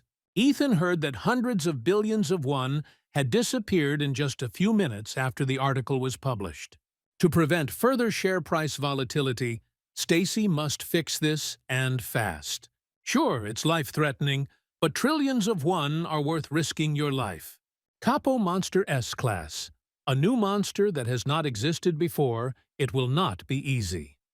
Ethan understands everything. In return, he has a condition. The hero asked Stacy to allow him to film on YouTube. And another 10 billion. He can't go lower than that. So Ethan got an advance of 1 billion. I should have asked for more. Who would have thought that Stacy would agree so easily? The hero tries to forget. Don't be too greedy. 10 billion is already a lot of money. Ethan isn't even sure he can come up with a strategy. If he asks for too much, it will be a burden. However, his insight level is 24%. Can't a hero analyze a S-rank capo monster? No, he can. At any cost. The next day, Ethan and Stacy moved into the dungeon. She said she would lead. The girl allowed the hero to go into the S-rank dungeon on the condition that she would accompany him. Honestly, it's very dangerous. Ethan didn't want to go himself, but he needed to know what was inside to strategize. Moreover, since he has super strength and martial arts, even if he is not confident in winning the capo monster, he is confident that he will survive. As expected, the atmosphere is definitely different from the lower-rank dungeons. Thus, Stacy ate Ethan further, deeper into the dungeon. The hero looked at her and asked if these gloves didn't suit her. The girl replied that they didn't suit her a little. Then Ethan asked to be allowed to adjust them. He didn't know who would use them, so I made it on the cut of my hands. Even though they weren't going to be removed, it must have been very uncomfortable. The hero pressed the button, and the gloves fit Stacy's hands like a second skin. Let her consider it a favor. She asked how Ethan knew this feature existed. He admitted that he made them. So, the man whom Master Lucas recognized is him. But the hero does not know about it. He just works in the same workshop with him. Suddenly a roar was heard in the distance. The guys felt the strongest energy, and it was different. On a completely different level. Stacy drew her sword and ordered Ethan to step back. A huge wolf, a S-rank capo monster, loomed over them. Will the girl be able to defeat him? What if Ethan joins her? Number. Moreover, they are not ready. The hero came here to check what kind of monster it was. They shouldn't fight. Ethan slammed his sword into the ground, and after distracting the wolf, he told Stacy to run. So, he returned through the portal to his world. Ethan can't be sure, because he didn't fight him directly. But at least 5 S-class hunters will be able to deal damage to the wolf. Stacy asked the hero, confused, what kind of power it was. Ethan asked in response how she had managed to return alive, and with her teammates, after escaping from that monster. Stacy replied that they were lucky. The hero asked if she really wanted to attack him again. Yes, she should do it. If Ethan comes up with a strategy, her team will do whatever it takes. The hero said that he would contact her as soon as he analyzed the monster and left. Ethan was at home watching the video and trying to figure out what kind of monster it was. The capo is a species, a modified version of the regular monster. There must be an original monster from which it came. Reports published by the Association. Encyclopedia of Monsters. No matter how much Ethan searches for information on the internet, he can't find it anywhere.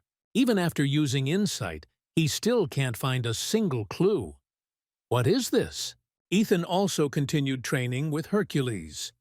Martial arts and super strength increased slightly. Hercules sighs, saying that the guy is lying only after this. The hero looked at his phone and stood up abruptly. The teacher asked what he was looking at. It was the monster Ethan had recently analyzed. Today is already the third day, and the hero still does not understand what this is. Hercules became interested and asked to take a look. He looked at the screen, puzzled. Ethan asked if he knew what it was. Hercules replied that it looked like Fenrir, a mythical beast that appears in Norse mythology. Other names include the demon wolf and the wolf of divine carnage. The reason Fenrir is called that is simple. The creature that actually brought about the end of the world, Ragnarok, there was Fenrir, with his upper jaw reaching the edges of the sky and his lower jaw touching the edges of the earth. Fenrir devours everything between them.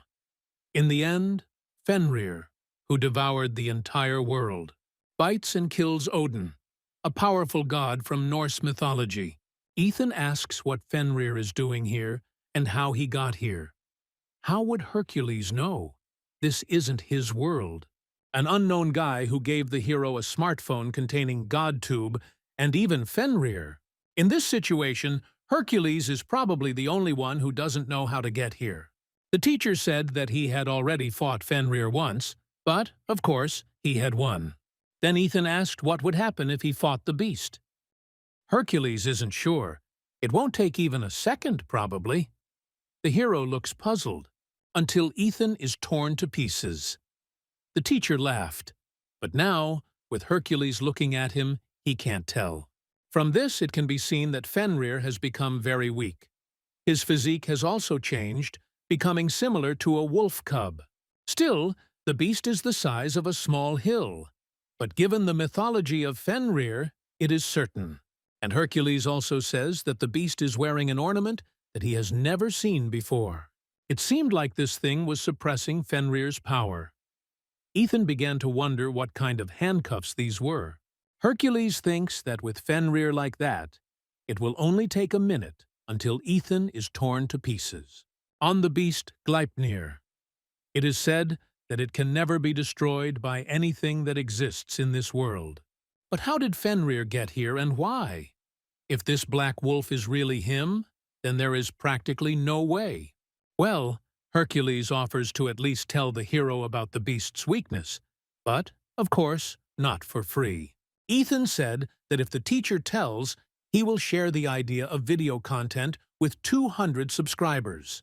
Hercules replied to the master that he would organize the materials and bring them right away. The office building next to the dungeon waiting area is in chaos, with people asking how determined Stacy is to go back and raid the dungeon again. She entered the team room.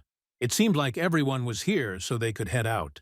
However, they were interrupted by the ridiculous screams of Ethan, who launched the video. The guys are perplexed.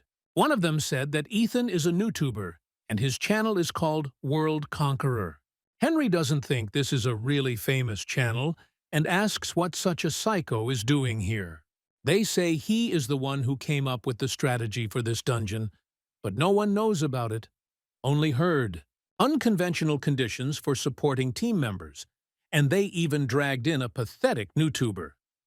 The guy decided that the team leader, Stacy, must be desperate. Okay, the white-haired guy asked Henry what he was going to do if it all ended. Henry asks him not to say such unpleasant things. Let him just prepare to enter the dungeon. The entire squad went down inside. And Ethan continues to tell his followers that they are in an S-rank dungeon. There is a lot of energy here. Henry doesn't understand how you can make a pathetic video at such an important moment. What if the Black Wolf notices? Suddenly, a strong pressure was felt. A pair of large red eyes were visible in front of the team. Stacy doesn't know if repeating the raid was the right decision. Would she really lead people to their deaths? Shouldn't she have asked an S-rank hunter for help? This raid is not easy. The first time SH enters the hunter industry, so the team must do it solely with the strength of SH. Everyone should know that the power of the SH group is fearsome. Stacy is ready to fight. Ethan explains that it is the legendary mythical beast, Fenrir, also known as the demon wolf. Fenrir is a beast that appears in Norse mythology. The audience asks if it is really Fenrir. The hero is not sure. He thinks they should fight him to find out. Ethan is a world conqueror. Even if it's Fenrir, the wolf that eats the whole world, it won't be a problem. So, the first point of the strategy is to attack Fenrir. The hero ran forward and was the first to rush at the beast. Stacy was very scared when Fenrir swiped with his huge paw. But Ethan was nowhere to be seen. Was he crushed? Suddenly the hero jumps out from the side and hits the beast in the head. Damn, that was a direct hit, but the wolf is still okay. But Hercules told Ethan it would work. So, what to do now? Fenrir tore and threw, knocking the hero off his feet. Stacy turned to the team and said that it was time for them to move too. Fenrir doesn't even let you get close to him. Attacking is almost impossible. Damn, Ethan doubted it was possible, but this Fenrir was real. Hercules said something about 1 minute, but the hero won't be able to hold out for even 10 seconds. His strategy is pointless. It only works on him because he is Hercules. But still, Gleipnir, as long as these shackles restrict Fenrir's movements, there is a chance. It's not so bad that Ethan can't win. It would be bad if he couldn't attack. But the most important thing is that he is not alone now. Stacy has been trying to get closer to the monster all this time. But suddenly a fireball was aimed at Fenrir, so the team had a hunter with magic. The fire magic seemed to have damaged the wolf, so the mages decided to repeat the attack. However, the second time Fenrir swallowed the fire sphere. He just went and ate it. Henry shouts for the boys to not retreat and to prepare for battle. Ethan says that if you look closely, you can see shackles attached to the beast's body. Stacy already knew about it. If these shackles will hold him, then it is possible to attack. While the mages attacked, Ethan calmed his emotions and focused all his senses. Finally, when the preparation was complete, the hero rushed at the beast. Superpower works. Now he had to keep pushing. However, at some point, Ethan felt a strong resistance. He flew to the ground, and blood poured from his chest. Fenrir scratched him badly. If Ethan had reacted any later, this attack would have torn his entire body apart. Stop. The hero is not sure about this, but before the beast touched his body, he hesitated for a moment. Fenrir could definitely kill Ethan, but why was there such a reaction? A bloody wound appeared on the beast's body. Our hero needs to pull himself together. He needs to seize the opportunity. Ethan focused on the strike again and used his super strength to attack. After that, he grabbed Gleipnir and began to pull with all his might. At that moment, Stacy told everyone to step back, and she rushed to scratch the monster with her sword. The aura from the blow spread for hundreds of meters. This is crazy. Literally, a huge chunk of it has come out of the ground. Ethan can be heard talking about how he is alive and did this. However, as much as it would be disappointing to him, Fenrir was unharmed. Henry says that this is a battle they cannot win. Ethan fell to the ground again. Why? Fenrir, bound by Gleipnir, was clearly restrained. But no matter what, it was still the demon wolf that brought the world to an end. A wolf of divine carnage that swallowed God himself. Fenrir is Fenrir. At Ethan's current level, it is impossible to attack him. It's strange. No matter how the hero thinks about it, everything is strange. It's the same situation as in the dungeon with the black troll. Perhaps Stacy saved the team members in the last raid in this way. No matter how hard they try, They cannot defeat Fenrir. Ethan finally understood why. He can't believe he just found out now. The hero was a fool. It didn't make sense from the start. The white-haired guy ran up to Ethan, asking if he could move, but the hero suddenly rushed forward. The hero came close to the wolf. As expected, he does not attack. Fenrir just watches. Stacy screams that Ethan has gone crazy and demands to come back quickly. However, the hero continued to approach and think. It didn't make sense from the very beginning. I don't know about the S-Class Hunter group, but with the current group, attacking Fenrir from the start was stupid. There was no point in fighting him. That's why it was weird. Ethan asks why he didn't die. How did everyone come back alive? How has no one on the team died so far? It looks like Stacy hasn't figured out what's going on yet. No problem, Ethan will explain. If Fenrir wanted, he would have killed all the boys. No one in this place could return alive. Henry asks how they came back alive then. The hero answers that the wolf let them go. The reason why Stacy and her team were able to come back alive, why he didn't kill a single person. Fenrir tells them to run away because he doesn't want to hurt them. Of course, even Ethan finds this hard to believe. But if you think about it, Fenrir never attacked first. At some point, Fenrir destroyed Asgard. As soon as he was born, he was abandoned. Since birth, he struggled with hunger and loneliness, but he persevered, never giving up, and survived. Have rumors spread that Fenrir is alive? The gods of Asgard came to find him. They had heard that he was strong. The wolf did not even resist the gods' unexpected offer to put on and try to untie the rope. After all, it was like an invitation to play together for him, who had always been lonely. Fenrir felt like he finally had friends. The gods were amazed that the wolf had broken the rope that even Thor could not break. Fenrir was happy because he thought he had made friends with the gods, but they thought otherwise. The gods were afraid of the power that could lead to destruction, so they created Gleipnir to bind him forever and came to him again. Fenrir thought that something was wrong and suspected something was wrong. The god of war, Tyr, said that if the wolf could not free himself and the gods refused to let him go, he could bite off the god's left hand. The god Tyr personally came to Fenrir and swore an oath. The beast believed him. Tyr was the only god who came to Fenrir when everyone turned a blind eye to him, and he gave him food in the barren land where there was no food because he was a friend. So Fenrir found himself bound by Gleipnir and could not free himself. As expected, the gods did not free him, and Tyr also turned a blind eye to him. As promised, Tyr stuck his left hand into Fenrir's mouth. But the wolf could not bite the hand of God. He did not want to. However, the gods, fearing Fenrir's power, even stuck a sword into his mouth and made it so that he could not close his mouth. Fenrir was to remain chained until Ragnarok came, still as alone as before, in endless pain. After Ragnarok, his madness took over the wolf, and in the end, Fenrir swallowed the entire world and tore the gods apart. And yet, he won't be able to kill Tyr. And although the beast's mind was consumed by the madness of the destruction of the gods and the whole world, he did not forget Tyr, the only friend who returned to his abandoned self, the friend who gave food to his starving being.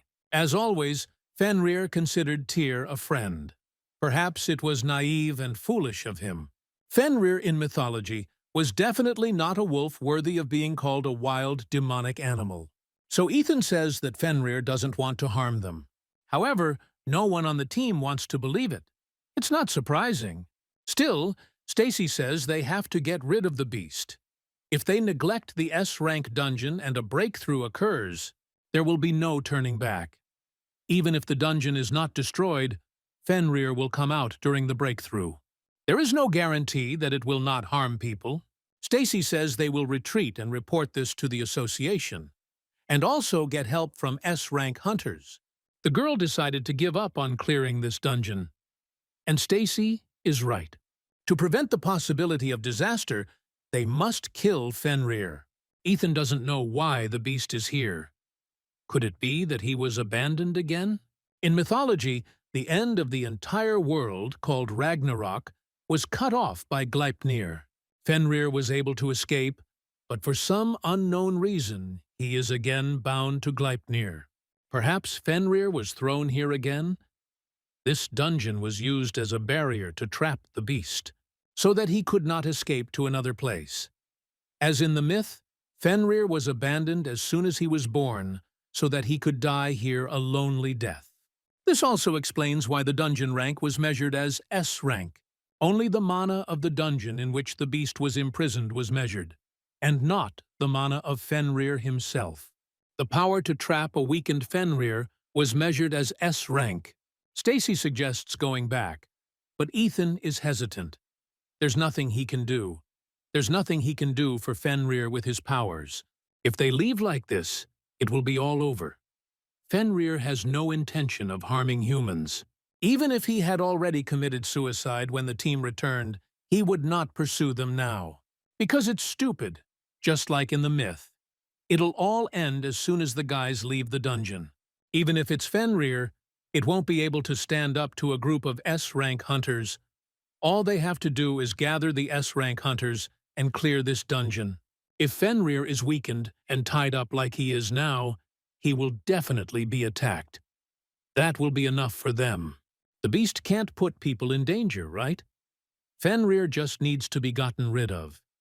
Even if the guys leave like this, there won't be any problems.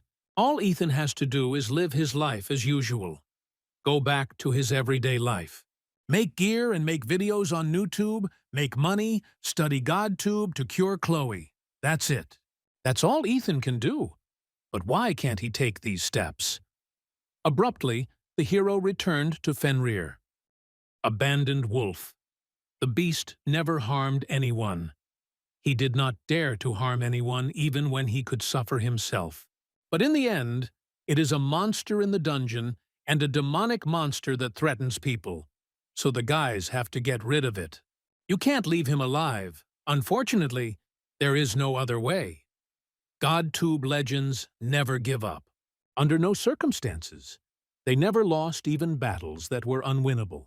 They never gave up, even if the fight never ended, because they overcame the impossible and eventually became heroes.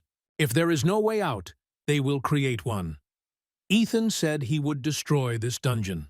Stacy screams at him in panic. The problem is ultimately this dungeon. It's the barrier that holds Fenrir, the dungeon that can be destroyed. What if we destroy the dungeon itself? Stacy screams that it's impossible. To destroy the dungeon means to destroy the space, and only God is capable of this. It's still dangerous to summon that level of power. But Ethan can't stop. The river does not drink its own water. The trees do not eat their own fruit. The sun does not shine for itself, and the flowers do not smell fragrant on their own. Gentlemen don't think only of themselves. Ethan really does sound like a scientist. He can only laugh because no one will admit it, and the hero won't even be able to make money from it. But still, if you don't get angry even when others don't acknowledge you, aren't you a gentleman? A gentleman doesn't get angry even when the world doesn't acknowledge him. Ethan doesn't know how gentlemen are, but in today's world, it's enough not to be called an idiot. But for some unknown reason, Ethan just wants to be a decent person. Not those who are good in themselves, but those who treat the people around them well. Ethan doesn't know, but the thought came to him suddenly. After watching Confucius's video, after looking at the wounded Fenrir, such a thought came to his mind. Therefore, Ethan prepared the divine martial arts of Hercules. The teacher said that they are not only used for fighting, and space is the most important law by which the world is structured. The first technique is the dragon's outgoing strike. The auras spread for kilometers. It was as if a glass sphere, a barrier, had shattered in front of Stacy. She immediately ran to Ethan, who was lying on the ground. Our hero is still alive. And then Fenrir came, whose chains were finally broken. Stacy knew Ethan wasn't a normal traitless awakened when he fought the troll. But what is this terrifying force that destroyed an entire dungeon? Still, it's not time to be surprised. Before the dungeon collapsed completely, they had to get out of here. Stacy took Ethan's arm, and they walked towards the exit. After some time, the hero woke up. He believes that he is in the VIP ward of the SH Group Hospital, and Stacy was there the whole time. She immediately jumped up and asked if Ethan was okay. The hero asked why she was there. The girl raised her hand with the IV and replied that he could see that she was also a patient. Stacy asked if he was uncomfortable. Of course, would she be comfortable in his place? Who doesn't like being with a beautiful woman? No, no, as Confucius said. Men and women don't sleep together after age 7. Men and women can't be in the same space after age 7, so why? Wait, what the hell is Ethan talking about? Stacy suggested that Ethan ask what happened. Before the dungeon collapsed, she pulled him out after he lost consciousness. And after various procedures, Ethan woke up. The hero asked if he was right. He was taken aback when he saw Stacy's face. Doesn't she like it when you get to the point?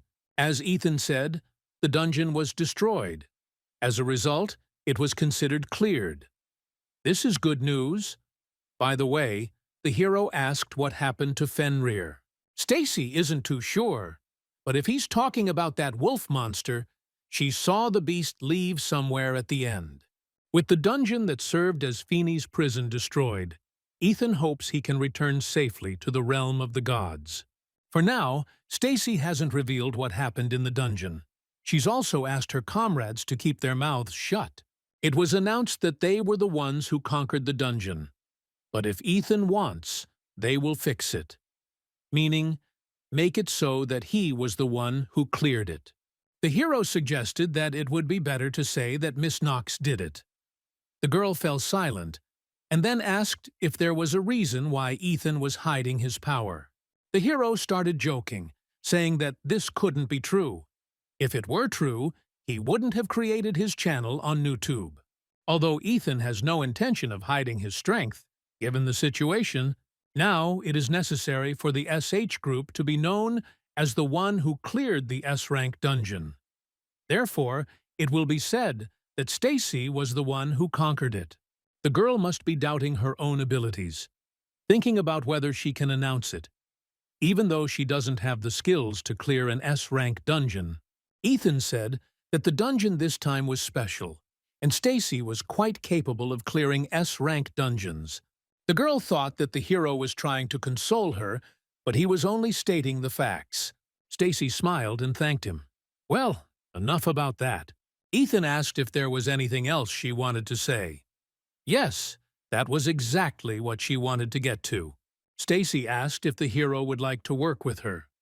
Later, Ethan looked at his phone and was shocked. All skills rose by some unimaginable numbers. Even divine martial arts increased by 9%.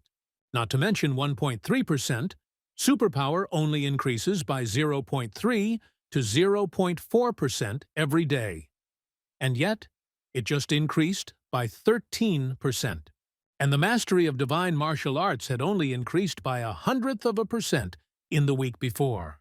Moreover, the gentleman's skill in insight and wisdom increased immediately for several years to come. Ethan wonders if it's because of the dragon's downward strike. Until now, his NutTube videos have only shown him clearing dungeons.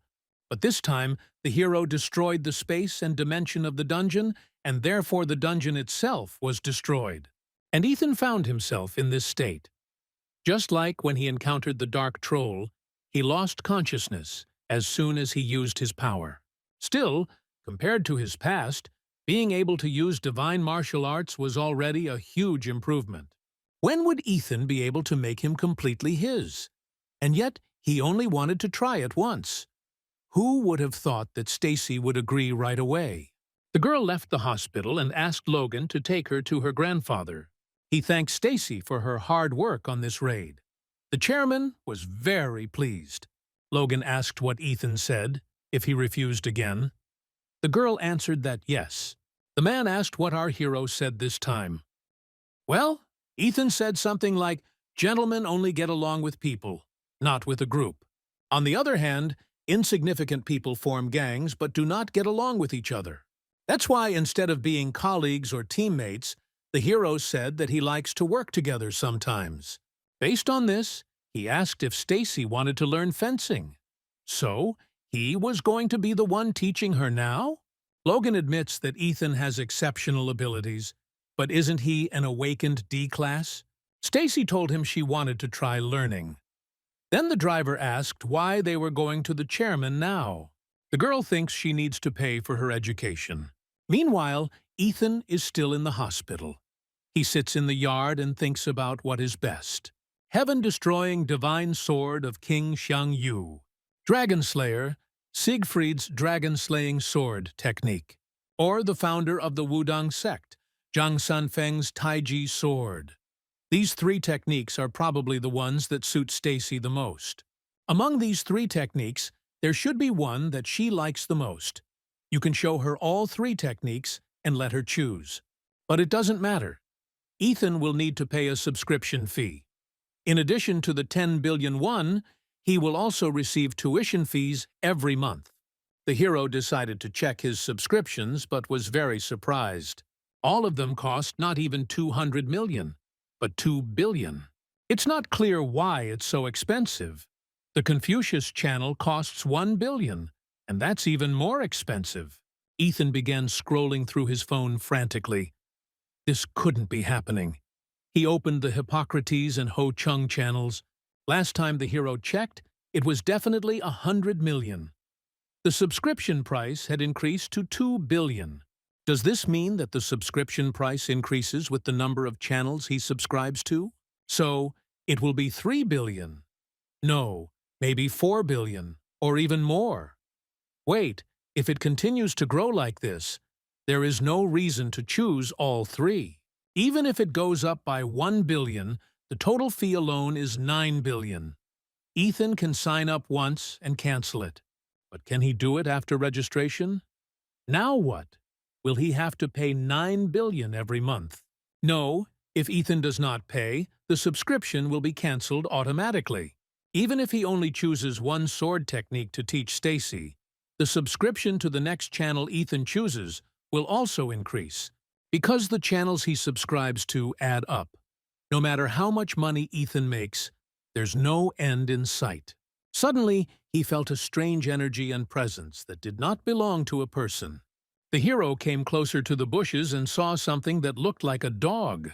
But, upon closer inspection, it became clear that it was Fenrir, who was playfully wagging his tail. But where did he come from? And the beast became much smaller. Suddenly, Fenrir threw the mouse out of his mouth. Does he really want Ethan to eat it? The mouse is still alive. But as soon as the hero stretched out his hand, Fenrir immediately ran away. What's going on? The hero told Hercules everything, and he angrily asks why. After all, he taught Ethan how to win. The hero asks specifically because he doesn't know. Hercules said that Fenrir's weak point is his sides, and that he wouldn't be able to use his full power if you grabbed him by the tail. But none of this advice worked. Hercules replied that it was because Ethan was too weak. He should have said so from the start. No, he could have at least warned him. The hero almost died. Hercules asks, who would have thought that Ethan would give up so weak? Well, it doesn't matter now. The hero asked to tell him a strategy that would suit his level, and not to teach him his own methods of fighting. Hercules screams that this is not fair. He cannot accept it. Even his muscles say that it is not fair. What a relief that everything was resolved in the end. Ethan could have died. But more importantly, his video, the one he filmed in the dungeon, was completely erased. The video featured not only Fenrir, but also Stacy, and it certainly had at least 1 million views. It could have brought so much benefit to the hero, but now it is gone. At the door of the chamber, Ethan saw Fenrir again, but he was sad. Hercules continued to grieve, and when he looked at the door, the beast immediately ran away. Since they had fought before, Fenrir should remember him. Coming closer, Ethan saw that the beast had brought a dove, not this time. The hero touched the animal, and the bird immediately stood up. That is, it was alive. She waved her head and flew away. Hercules asks where Fenrir came from and what kind of dove it is. Ethan doesn't know. Maybe Fenrir brought him a pigeon to eat. Hercules is very surprised. He is not even a cat. The hero himself does not know. In any case, if Fenrir brings Ethan, doesn't that mean that these animals are his prey? The hero thinks he is an animal who wants to hurt other animals. In that case, why is he bringing it to Ethan? Is he asking them to kill him? Hercules was very surprised and asked where Fenrir came from. Ethan told him everything that happened in the dungeon. It's so strange that Fenrir appeared in the hero's dimension. It's unclear how he can exist like this. Ethan was curious too, but wasn't Hercules the only one who didn't know how to get here? Hercules replies that this is nonsense and their dimensions cannot overlap.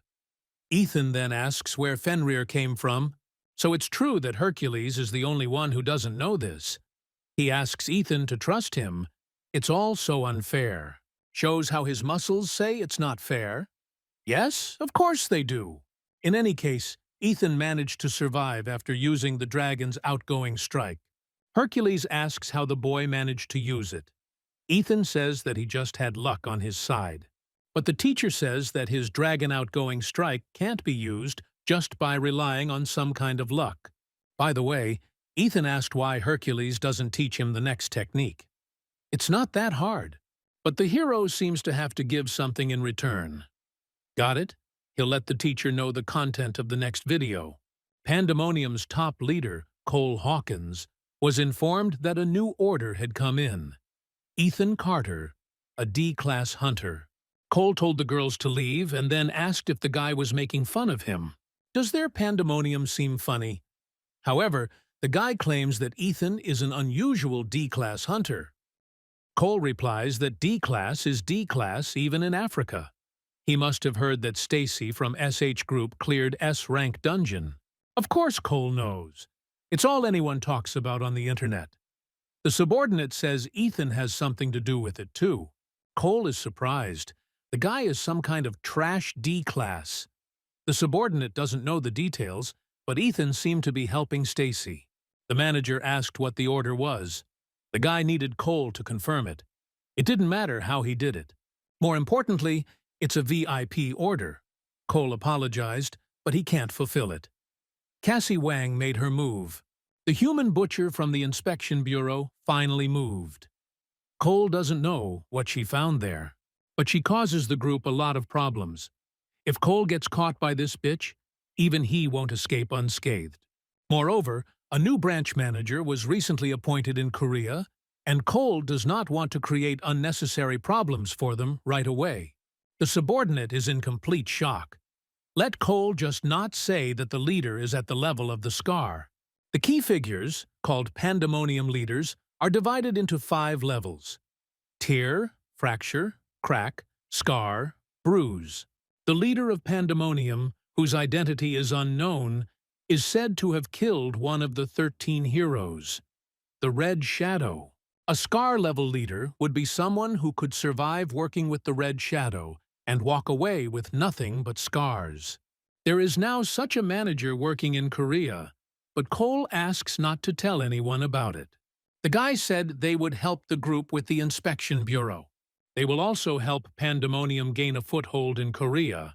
In other words, they will help the new branch manager establish himself in this position. Here's the deal. This is Cole's chance to win him over.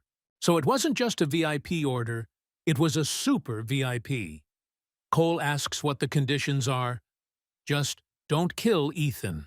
Cole asked again. In other words, he's allowed to cut off his limbs? If you work with a sick person, the progress of skills, of course, slows down significantly, but at least the indicators increase. Suddenly, Fenrir came running again and brought a rabbit. It is not clear where he got it. Where can I get a video in the city? Several days had passed since then. Ethan thought that perhaps the beast would calm down soon. However, the gifts grew bigger and bigger. The next day, Fenrir brought a deer, and a day later, a whole eagle. How does he even catch them? What will happen next time? Will it bring a bear? And yes, the next morning, Ethan saw a huge bear under the door of his room. And Fenrir's eyes speak with hope that the hero will like it. It seems that Ethan needs to take special measures. A week later, he was already back home. His sister asked if Ethan was feeling well. The hero replied that he was fine, and that it wasn't that serious a wound. If Stacy hadn't taken him to the hospital when he fainted, the hero might have died altogether.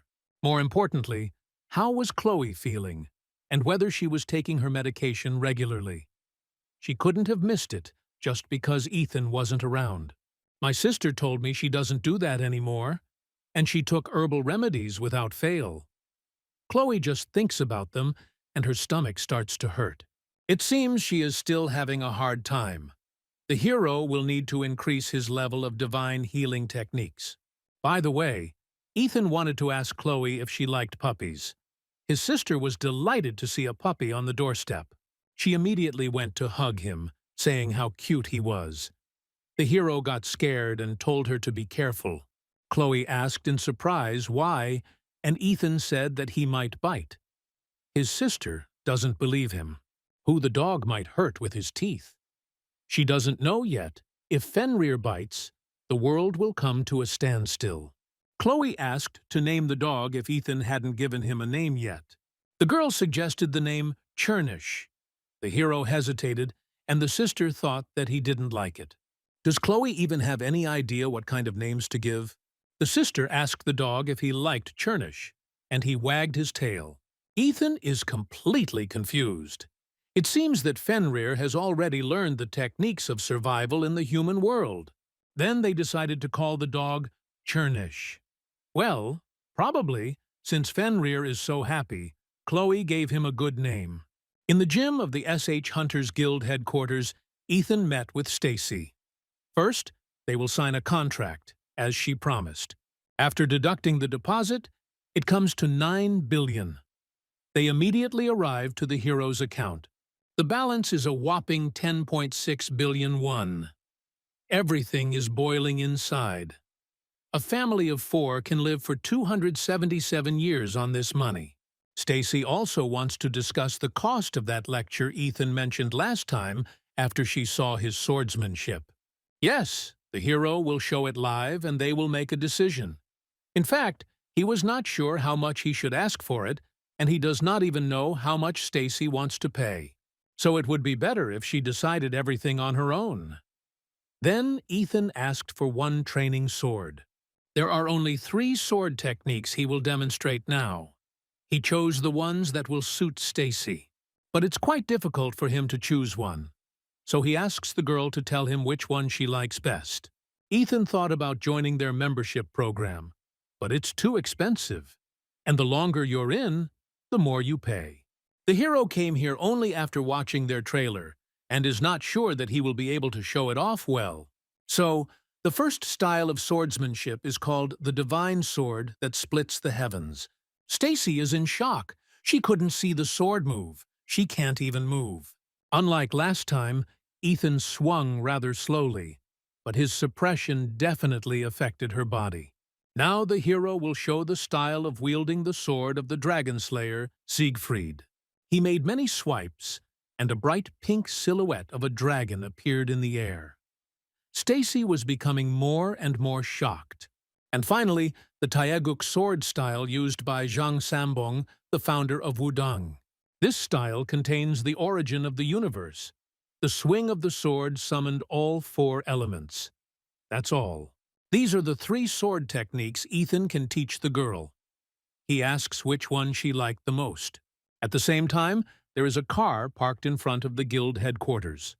Cole asks if Ethan has come out yet. The driver cannot confirm that they left there. He does not understand what they are doing there. Cole believes that Ethan offered Stacy some of his services.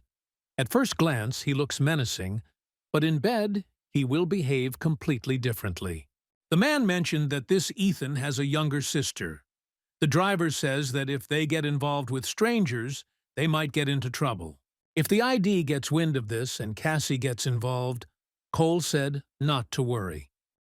The people behind the council will figure it out themselves just fine, if they just show a little attention to this guy's little sister a couple of times. Instead of wasting the group's time, Ethan himself crawled to them on his knees after he noticed. Cole ordered to quickly catch her, Ethan Carter's younger sister. Stacy stands in a stupor, and the hero tries to bring her to her senses and still find out which technique she liked the most. The girl hesitated. Then Ethan held out the sword and told her to try it herself since she couldn't choose. Stacy's movements were no different from his, but something was missing. The girl stopped and said that she was missing something. Nothing really came of it. Then Ethan smiled and suggested trying other techniques. He simply had to get his allowance. Later, Hercules said that, of course, Stacy couldn't keep up with the hero since she was an ordinary person. But Ethan could, and he also uses it to learn martial arts. Hercules says that a hero can use their power, that's all. Ethan asks what the difference is. Well, when he first asked Hercules to teach him martial arts, he had a reason for refusing. First, it was laziness, but that's not the point. Second, Ethan can only learn if he understands how to use superpowers. Hercules said that at that moment, the hero's mental state was the worst possible. But no, that's not it either. Just as Ethan learns the basics of his martial arts, he must also learn the rest of the gods' martial arts. And Stacy doesn't know the basics, so she can't repeat them. Although, the fact that she kept up with Ethan's movements is also a kind of feat. Hercules thinks that the hero is an exception, because he was able to use someone else's knowledge without registering with their membership program. Ethan said he had no traits, but he woke up. Probably. But not having traits is a trait in itself. Last time, Hercules said a hero can't gain the power of the gods just by subscribing to their channels. To be precise, a new existence cannot be overwritten on an existing one. Traits are the uniqueness of existence. However, Ethan can be drawn on as a blank slate, as there is no uniqueness to his existence, meaning he can easily study the traits of other gods. Hercules thinks that this can only be explained this way. The hero assumed that no one except him could know about the capabilities of GodTube. Doesn't that mean he can't teach Stacy? Hey, for now, with a monthly allowance of 10 billion. But Hercules said that maybe if Ethan taught her what he had come up with, it wouldn't matter so much. That same night, a man knocked on the hero's door. He tore off the door handle and entered, walked over to Chloe's bed, and appreciated what a cutie she was. Since they still needed to lure that bastard Ethan out, it won't hurt him if a man touches a girl a little, will it? Suddenly, a sound was heard. But the man certainly didn't notice any presence. Is there really someone else in this house? And then he noticed a dog, namely our little dog Fenrir Blackie. Ethan asked Hercules again. As he said, even though humans can't master their martial arts, if a hero masters them and then teaches them to Stacy, it won't matter so much, since their powers can't be taught. So, in the end, Ethan still teaches her martial arts with GodTube. And the fact that she can't learn won't change. Hercules replied that among the techniques that Ethan listed with Master Zhang Sanfeng Taizhu, the story will be a little different. He was an important figure in the martial arts world, even helping Hercules when he was just learning his martial arts. There is a high chance that Ethan will master Taizhu. After that, he can build his own god-based martial art on it. And he can teach Stacy that way, so that shouldn't be a problem. Because what Ethan will teach her does not apply to him or the gods. In short, the hero plays the role of a purification cartridge. If Ethan masters Taizhu, he can also practice divine martial arts. Creating your own martial art is not that easy. But the hero is sure that there will be no problems. In any case, he is very grateful to Hercules for telling him. Okay, but since Ethan wants to thank him, Hercules asked when the hero would give him the video he mentioned earlier. Ethan said he would take care of it and let me know as soon as it was ready. Because this time, it was a bit complicated. Now it will be difficult for the hero to create his own martial art or practice divine martial arts. So how will he teach Stacy a martial art based on taiju? When Ethan returned home, he saw the front door handle torn off. He panicked and ran into the apartment. What a relief that Chloe is still sleeping peacefully. On the floor, the hero saw a scratched, unconscious man, and next to him was a joyful Fenrir. Ethan praised the dog for protecting Chloe.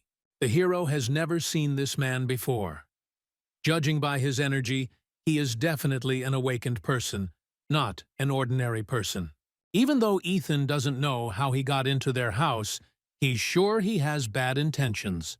The hero thanked Chernish again and asked him to look after the house for a bit. Later, the criminal woke up, beaten, and tied up somewhere in the basement. He was very surprised to see Ethan in front of him. The hero did not expect that the man knew him. He will ask the criminal a couple of questions. He just needs to answer them correctly. The man began to insult Ethan, and then with a slight movement he tore the ropes. As the hero thought, this asshole came to his house with bad intentions. Ethan pressed his superpower on the man's shoulder so hard that he screamed. The hero grabbed his face and told him to shut up. If Chloe wakes up, okay with them and the questions, Ethan will just kill the man.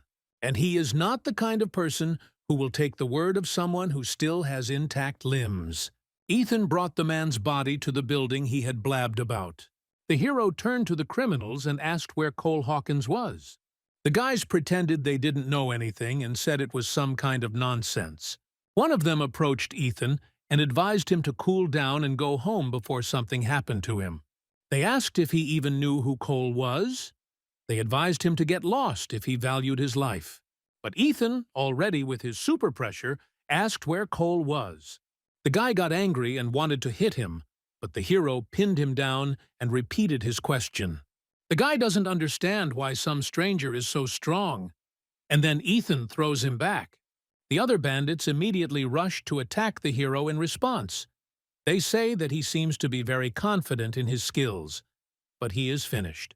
Ethan kicked the ground with his foot, and then threw the resulting sharp rocks at the bandits. The hero grabbed one of them and asked again where Cole was.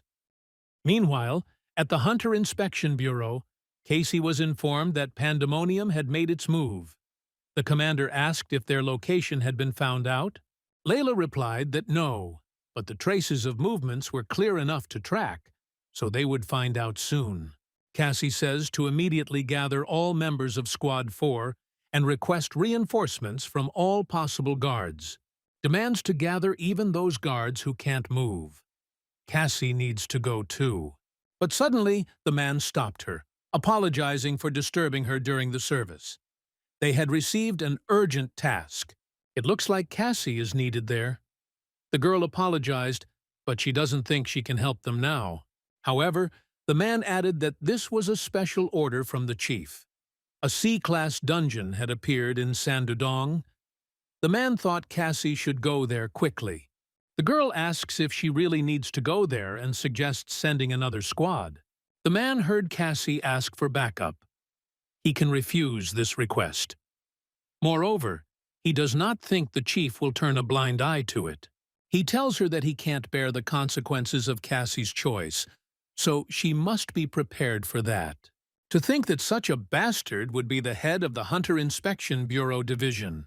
Cassie replied that she didn't care whether she got fired or not. Let them do what they wanted. Let's get back to Ethan. From the bandits, they are approximately awakened, judging by their unusual appearance. It won't be an easy fight, but these bastards are after Chloe. If the hero lets them get away with it, gives in, those bastards would get up to their old tricks and target her again. He had to destroy them. Beasts with no morals or ethics, acting more on instinct than reason. Ethan must deeply root fear into their instincts instead of reasoning with them, to drum into them that they must never cross his path, so that they would scream in terror at the mere mention of his name. The bandit decided to pounce first, but he never expected Ethan to take off so quickly. The hero threw him back into the crowd. It was clear to the bandits that this was no ordinary guy. They decided not to rush in haste, but simply surround and attack. In a fight with several opponents, they attacked 3 at once, maximum 5. They know that attacking a large number of opponents will inevitably lead to confusion and chaos, so it is much less effective than fighting one-on-one. Dozens of people forming a huge formation, attacking in unison without getting confused, and perfectly exchanging tactical information with each other. Of course, it is too absurd to call it the art of construction, but they imitate it to some extent. The teacher told me that the key that I break the art of construction is simple: the door of life and the door of death. First, you need to learn to distinguish them. There are several types of construction arts, but they all necessarily follow one principle. At the end of both are 16 arrays of heavenly charge. In the center are 12 arrays of earthly charge. Even if Ethan tries to remember, he doesn't understand what the teacher is talking about, but he can see it vaguely. A small space between the running bastards. Insight tells the hero that this is a huge door of life. The human body has several vital points: Renmai, Yuanshui, Xiaohuang, where the Qi acupuncture center is located. The door of death is everywhere. Ethan sees no door of life anywhere. The bandits surrounded him and were happy to have caught the rat. No matter how experienced you are, fighting 100 people running at you at once is always very difficult. Hercules said that no one can stand against a group because fighting them immediately becomes difficult. Even if you have a bunch of small fry around you, sometimes you don't see a way out of the situation when you are surrounded. And what should we do then? Break through with force. Ethan drove the bandits away with the help of super strength. And so, when he takes them out, one by one, in the end, the strongest of them will appear. Cole came out of the building and asked what all the fuss was about. He asked who the bastard was. Hercules doesn't know why, but leaders always appear last. But he told Ethan that when he saw this bastard, he was to kill him. The hero pounced on Cole and threw him into the wall with great force. The leader's subordinates can't understand how he ended up knocked out with one blow. What nonsense. Cole spat out blood and stood up slowly. This guy in front of him, our hero, doesn't look particularly strong. But if the attack had really been a surprise, Cole would have really died. He asked what the hero wanted. Ethan asked the man if he had ordered Chloe's kidnapping. Cole now realized that it was Ethan standing in front of him. The hero once again asked if the man had ordered Chloe's kidnapping. Cole looks at him and realizes that this is the face he saw on the website. But he said he had a D rank. However, you can't trust anyone here. Ethan asks one last time if Cole ordered his sister's kidnapping. The man asked with a creepy grin, what if, yes. He knows that Ethan's level is higher than stated. But that's all. As soon as the hero heard this, he swung his fist at Cole. However, the man grabbed his hand and said that Ethan was fast. Cole strained every sense he had, but still almost missed the blow.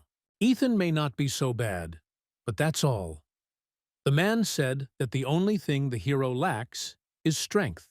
From what Cole sees in the video, he can assume that Ethan's power is tied to will. And this means that the stronger he is, the weaker the guy is. The leader of the Pandemonium squad entered a state of physical enhancement and became several times larger. Even though Cole attacked, Ethan still managed to hit him in the stomach. No one with D rank is capable of this. The man came up and said that the hero had already done enough, and it was time to open his eyes.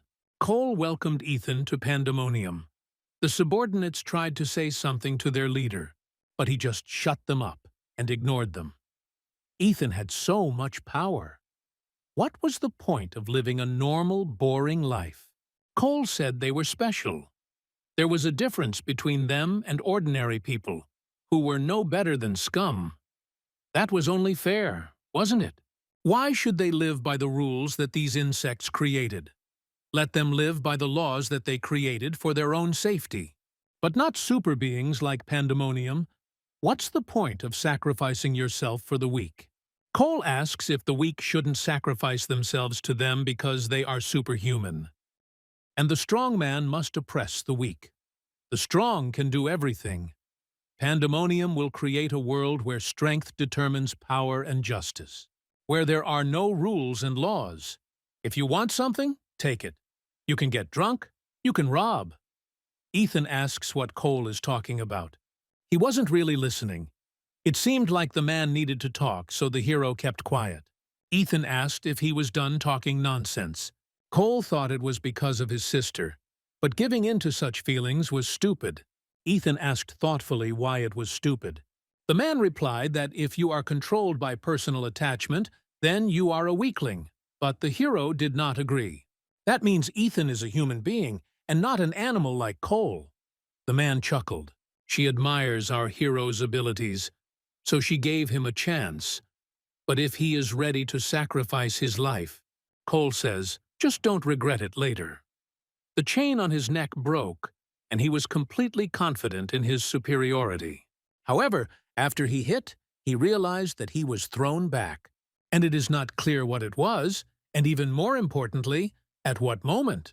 Ethan dodged twice, and then at an unexpected moment, he punched Cole right in the stomach. The man can't believe he missed his counterattack. And after that, Ethan attacks again. This is a whole other level. It's completely different from what it was before. Cole, lying on the ground, muttered that he would not give up, and that Ethan should not think that he would leave him alone after this. The hero offered to take a risk if the guy wanted, because then he would destroy all of Pandemonium. Cole asks if Ethan is going to fight them alone. The hero said to take a closer look, and his aura filled the entire space around. Cole wasn't imagining it. This superpower is so unattainable that no human can resist it.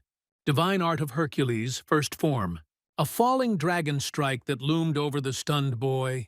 After some time, Cassie and her squad arrived at the scene. She tells the inspectors who arrived earlier to report the situation.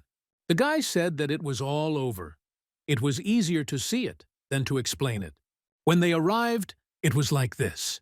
A whole crowd of men, all lying on the ground. Cassie asked if everyone was passed out. Not all. There are those who have already woken up. The girl tells the guy to first find out who it is. Even those who are unconscious must be identified as soon as they come to. Murders, rapes, beatings. We need to check everyone for these crimes. Maybe they have a criminal record. And if they do, then Cassie ordered the murder. She told Layla that she would help here too. Cassie walked further and saw Cole, one of the leaders of Pandemonium. Even if all the guards of the 4th Detachment had rushed at him at once, they would hardly have been able to win.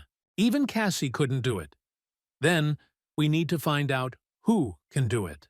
After leaving the place, Ethan sat down to the side and used the divine healing skill on himself. He hopes it will pass soon. There are some skills that cannot be used in public. Ethan didn't use all his strength like he did back in Fenrir's dungeon. If I had used all my strength, it could have ended badly. However, the hero controlled his strength. Hercules' strength increased. Not only has this skill increased, but other stats have also increased significantly. But there is still a lot of work to do. That bastard was very strong. Kai was no match for him. This is a war between the guards and the criminal rankers. At any moment, Ethan could find himself in the middle of a battle again. We can't leave them like this because they risked touching Chloe. At first, the hero thought that someone had ordered them to deal with him, and they had captured Chloe to lure him. It is unknown what would have happened if it were not for Fenrir. Now he will have to be on guard forever. Ethan thinks about what to do. The senior leader of the Pandemonium group, Sean Hanks, was informed that Cole had been hurt. He asked who had done it, and when he found out it was Ethan Carter, a D-class hunter, he got really angry. How could someone like that attack one of the leaders? The assistant started mumbling something when he felt a strong pressure. Sean was angry that the guy told him information he didn't know for sure. The assistant shouted that there was an inspection bureau there. The scene was immediately cordoned off by its employees. There were survivors, but for some reason, They went crazy. Sean asked why this Ethan did this. They say that before that, Cole received an order. The target was a guy named Ethan Carter. And while they were carrying out the order, an incident occurred. But in the end, Ethan is not caught. One of the leaders becomes a victim of a D-class hunter. Who knows what the orders were? It could have been just an accident. Sean wondered if the Bureau was behind it. Knowing that crazy bitch Cassie, it's entirely possible. The assistant continued. Those who escaped went crazy. But even they reacted when they heard Ethan's name. They shook with horror. Sean was surprised, even so. Apparently, it was Ethan Carter who did it. But then, why is he marked as a D-class hunter? He's causing trouble for Pandemonium and the entire criminal underworld. What if they can take advantage of the situation? Sean, with a creepy grin from ear to ear, said that they would send a warning to that bastard. The leader ordered that all members of Pandemonium be told to find him Ethan Carter. Previously, the group would have killed him immediately, but now the Inspection Bureau has intervened, and this is not very good. Cassie can't get to them, but still. Sean asked how far along the Bureau's investigation was. The aide replied that John Falk, the chief inspector, seemed ready for battle. Meanwhile, the head of the Soul Branch of the Inspection Bureau, Tom Barton, yells at Cassie for causing the massacre. And she's also called the squad leader. She ignored his order and killed dozens of people. She asks for forgiveness, but they were all repeat offenders.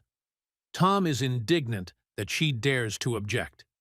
If so, they were no longer capable of fighting. Cassie doesn't even know what that means. She didn't defend herself. She committed murder. This time, the girl crossed the line, and Tom ordered her to hand over her uniform. Then her squad came running, screaming. The chief asks if they really want to be left without a uniform too, but they say that the commander was just doing her job. Tom says to keep quiet. He is the boss, and he has the right to criticize Inspector Van's work. So the form is waiting. Cassie was about to agree when another colleague objected. It's unfair. The boss is simply afraid that everyone will find out about his bribes and loyalty to criminals. Tom suddenly stood up from his seat and asked what the brat had said. Cassie, with a scary look, said that she would give the uniform back, but let the boss leave her team alone. Okay. Tom sat back down. But suddenly, someone entered the office. The man thinks it's best to leave the commander alone. Cassie doesn't understand why the director is here. Inspector General John Falk heard they had encountered Pandemonium. How could he not come? Or maybe Tom thought the headmaster didn't know how dangerous Pandemonium was. John has just heard that the boss is protecting criminals. Tom justifies himself by saying that it is a misunderstanding. It doesn't matter whether it's a misunderstanding or not. The investigation will find out. John turned to Cassie and asked with a smile if she was the squad leader. He wanted to talk to her alone and asked the girl for a minute. John will ask directly if Cassie really did it. Director Falk has cut off the air to many criminal organizations in Korea. The very fact of his existence frightens criminals. And he is the son of Will Falk, one of the 13 saviors of humanity. John already knows about what happened, but he asks if the killings were necessary. Before, when the demon world invaded ours, the awakened became the hope of humanity. But the more stable the world became, the more everyone thought about money. But John's father said that was normal. He said he fought for years because he wanted it more than anyone else. However, there are those who use power like Pandemonium. John's father was upset by this, but we can't be like them. If Cassie also starts to solve everything by force, then what will be the difference between her and Pandemonium? As his father said, justice is always obvious, but John thinks differently. Justice is not always obvious. Of course, there is a certain limit, but if you work in the dirt, you can't help but get dirty. So John repeats. In the process of dismantling the criminal group, a forced murder occurred. Cassie nodded, but it wasn't her doing. The girl checked all the CCTV cameras in the area, but she was unable to find out who it was. Those people who remained conscious all went crazy. They couldn't tell anything because they were terrified. But some repeated about one hunter. John thought they were talking about some S-class hunter, but Cassie surprised him greatly when she answered that she was talking about a D-class hunter. As a reward, Ethan bought Chernish a whole mountain of tasty meat. And just before morning, Chloe woke up. She was surprised that he was up so early. The hero is sure she suspected something when she woke up. Well, at least he managed to fix the door handle. Divine metallurgy can be used for repairs, although there are no restrictions here, thank God. In any case, you need to be prepared. Something unexpected can happen at any moment. Suddenly, Ethan thought about just building a new house. If you build a new house with divine metallurgy, it will be protected from any attacks, and Chloe will be safe. The only question is where exactly to build the house. The sister still needs treatment, so they cannot leave Seoul. But Ethan has over 10 billion. Maybe buy the house they're in now? The hero told Chloe that he would go out for a while. A man was already waiting for him on the street. He wants to ask Ethan something. The hero tries to figure out who it is. He seemed to have seen this man on the news. And then he realized it was John Falk. Ethan was stunned. What was the bureau director doing here? Was he really here because of what happened yesterday? The bureau wouldn't have ignored it. The hero should have seen it coming. But the criminals got to his sister, and Ethan lost control of himself. And yet, John came in person. And so quickly, too. No, this is just an assumption. Nothing is known yet. No need to rush to conclusions. The hero confirmed that he was Ethan Carter. John asked if he had done any crime in the criminal world yesterday. He did this to people, and now he lives as if nothing happened. Damn, the director already knows everything. John is much stronger than Cole. Ethan can't win. The killer thought is to run. But Chloe is here. What will happen to her if her brother escapes? No, the hero cannot retreat. But suddenly, John put his hand on Ethan's shoulder and offered to become a guard. The hero froze in place. This was the last thing he could think about. What is the average salary of the guards? They are civil servants. But those who have served for a long time say their annual salary can reach $1 billion. I can't believe it. Although, if you think about it, Ethan wouldn't refuse such a salary. But why did John suddenly offer it? Why did he leave before the hero answered? Didn't he really hope for consent? Then why did he come? Or maybe he came because of yesterday, for the investigation. Although, this is Ethan's business. The hero came to the mistress of the house. She was surprised that he came himself. He said that he wanted to talk about the house in which he now lives. He asked the woman if she wanted to sell it. She asked again, surprised, why he was asking. She said not to worry. As long as Ethan lives there, he won't sell it. And housing prices are such now that it's not profitable to sell. Interest rates have gone up, realtor fees have gone up. Basically, a woman won't sell her house until she has kids. But that's not what Ethan meant. It's just that if a woman is thinking about selling, he'd like to buy. She asked how he could afford it. As the owner knows, Ethan is one of the awakened. He has money and would like to buy her house. The woman is happy. But she doesn't know. The guy himself knows that the house is very old, and it's not easy to live in it. Ethan replied that he had become very attached to him. Well, if he wants it that way, the woman will give it to him for 150 million. Ethan was surprised by such a small amount. The woman just knows he's having a hard time, that's all, and even if she put it up for sale, she wouldn't get more. The landlady says to just accept it, but no. If it weren't for her, he and Chloe would probably die on the street. So Ethan will buy a house for 1 billion. Building the house turned out to be more difficult than he thought. So many papers, registration, building permits, and all that. To get permission, you will have to spend several months. You will have to go and get documents. He can't even upload videos to YouTube, and in the comments people are already asking why there are no updates. And Ethan still needs to prepare for his fencing lesson with Stacy. The hero subscribed to Jang Sambong's channel for 2 billion a month. If you subtract the cost of the house, you are left with 6.5 billion. Channel subscriptions alone cost 3.1 billion a month. They also told me to buy Tae Gook. Ethan is crying for his money. It's clear he should go and ask himself. Later, Ethan came to the SH headquarters living room and met Stacy. It seems that she is getting prettier every day. The girl asked how much the training would cost. Ethan said that 2 lessons a week, the training itself will cost 10 billion a month. He asked if it was okay. Stacy said it was fine. Ethan was shocked that she agreed so quickly. Is 10 billion really such a small thing for the SH group? Maybe they should have shut their conscience and asked for more? That was about the amount Stacy had been counting on. Grandpa wouldn't let her spend more. Moreover, this is not a one-time purchase, but a fee that will need to be paid every month. Then they came to an agreement. Yes, 120 billion a year is a big sum even for SH.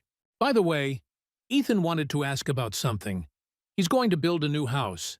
It turned out that this was administratively much more difficult than he thought. Stacy asked if the hero planned to build a new house on his own. Ethan nodded.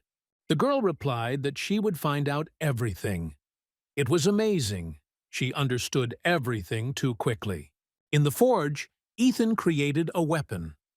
But what kind of weapon is this that can only be used once? The material is just terrible. Aiden was shocked. He asked if Ethan had been training all this time. He could use some too. Stacy took care of all the paperwork associated with the house. Emily suddenly came. She was just passing by and remembered about Aiden, so she came in. She was glad to see Ethan. How old? How old? She asked what was new. The hero answered sheepishly that there were a lot of things, and Emily asked him to tell her more about them. Well, if you remember the fight with Fenrir, and then the elimination of the Pandemonium criminals. But Ethan replied that there was nothing interesting. Well, if he still needs her help, he can contact her at any time. Then Ethan asked if he could ask for a favor. Emily looked embarrassed, but it was nothing. The hero asks for help with building materials. Well, it's not difficult. But Emily asked why he suddenly needed them. Ethan replied that it was to build a house. At first the girl didn't understand, but then, when she realized it, she asked in surprise if he really wanted to build the house himself. Emily knows that Ethan has a very high crafting skill, but crafting weapons and building are different things. The hero handed the girl a list of the necessary materials. After looking at it, she first said that these were not building materials. And then she was completely floored. It looks like Ethan wants to build a house out of monster remains. The hero replied that this was exactly the kind of house he was going to build. Regional Investigation Team Leader Killian Hawk met with John on his own initiative. Said Sean Hanks didn't do anything. Thinks the ringleader figured out who was behind it. Looks like he was trying to cover it up. John said indifferently that it was a disgrace. He asked why Killian was looking at him like that. People are predictable. Or is it because he's the only one drinking now? Of course, if a man wants to try it too. Killian asked why John didn't do anything to Ethan. The director replied that there was Cassie Wang, the commander of the 4th Guard Squad. She said that all was not as it seemed, and Ethan has more humanity than the others. John asked how long Hope's supervisor had been with the Bureau. Almost 7 years old, he is also an old man. John woke up at 11, trained with his father for 8 more, and then he told him to go and see the world. John wandered for 5 more years, then joined the Bureau and worked there for 20 years. Caught many criminals. Many tried to kill him, but John killed them. Otherwise, there could have been many more sacrifices. Maybe that's why he's tired of being human. Humans are much worse than monsters. John knows in his gut that the guy isn't a criminal. In fact, he doesn't trust people. You have to be vigilant when dealing with them. Frankly, in John's eyes, everyone looks like a potential criminal. But there are still people who continue to believe in him. John asked the man what kind of people he thought they were. Those who need to feed their families. It's not that easy. You have to make sacrifices. That's why parents are all admirable.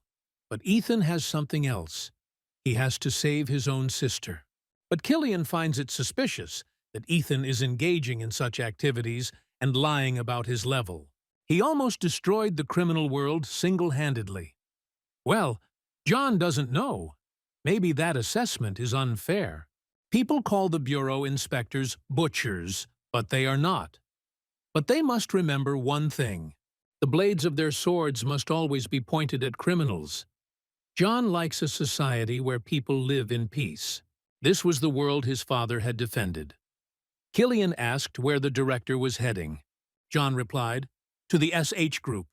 The man was shocked. But didn't they just say that their sword should be aimed at criminals?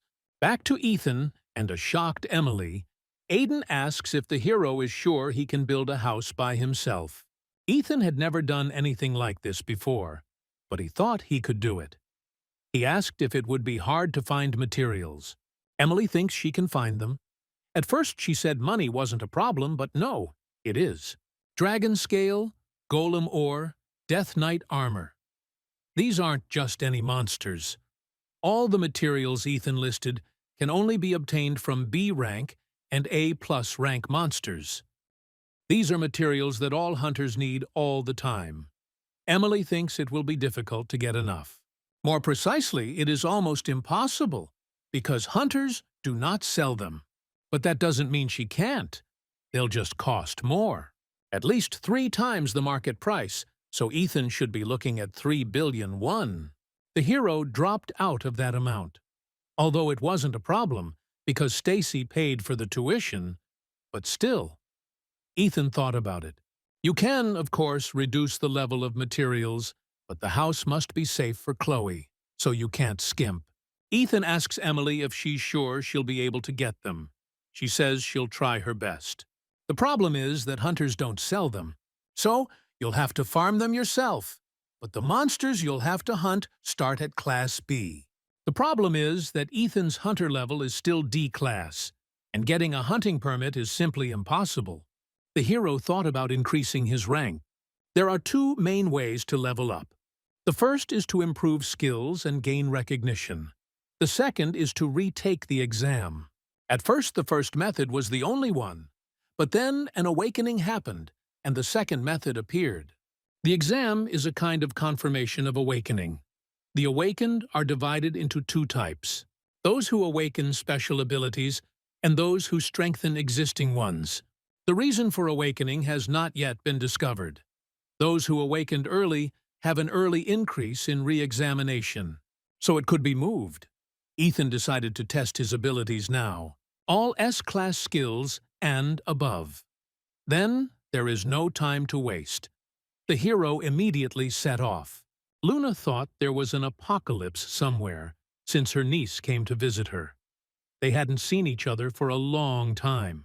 Auntie says Stacy seems to have had a hard time, but thanks to her, the company has found stability.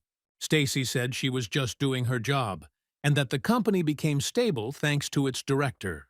Luna says that Stacy is the future director, and asks how long she plans to do this nonsense. The girl said that she came to Luna as a director, and not as an aunt. Stacy was such a sweet child when she was little, and Luna's brother left her like that. For the Knox family, sharing blood means you're competitors. When Stacy's parents passed away, she found herself under pressure from all sides. In such conditions, it was impossible not to change. Luna would not have been able to survive either, if not for her father and brother.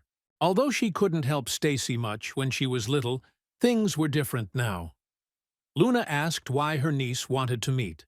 Stacy said she wanted to build a house and asked if she could use the influence of the SH group. Luna thought that her niece wanted to build a villa. But no, an ordinary house. The woman, of course, is in shock. Maybe Stacy doesn't like the house she lives in now. If so, Luna can't stay away. She will report to the president from the construction department. If they don't involve subcontractors, they will be able to build quickly.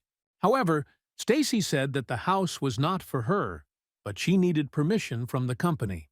Meanwhile, Ethan is already sitting in the waiting room for the re-exam at the Hunter Management Bureau. All around are the unfortunate ones who failed. Confidence is 100 out of 100.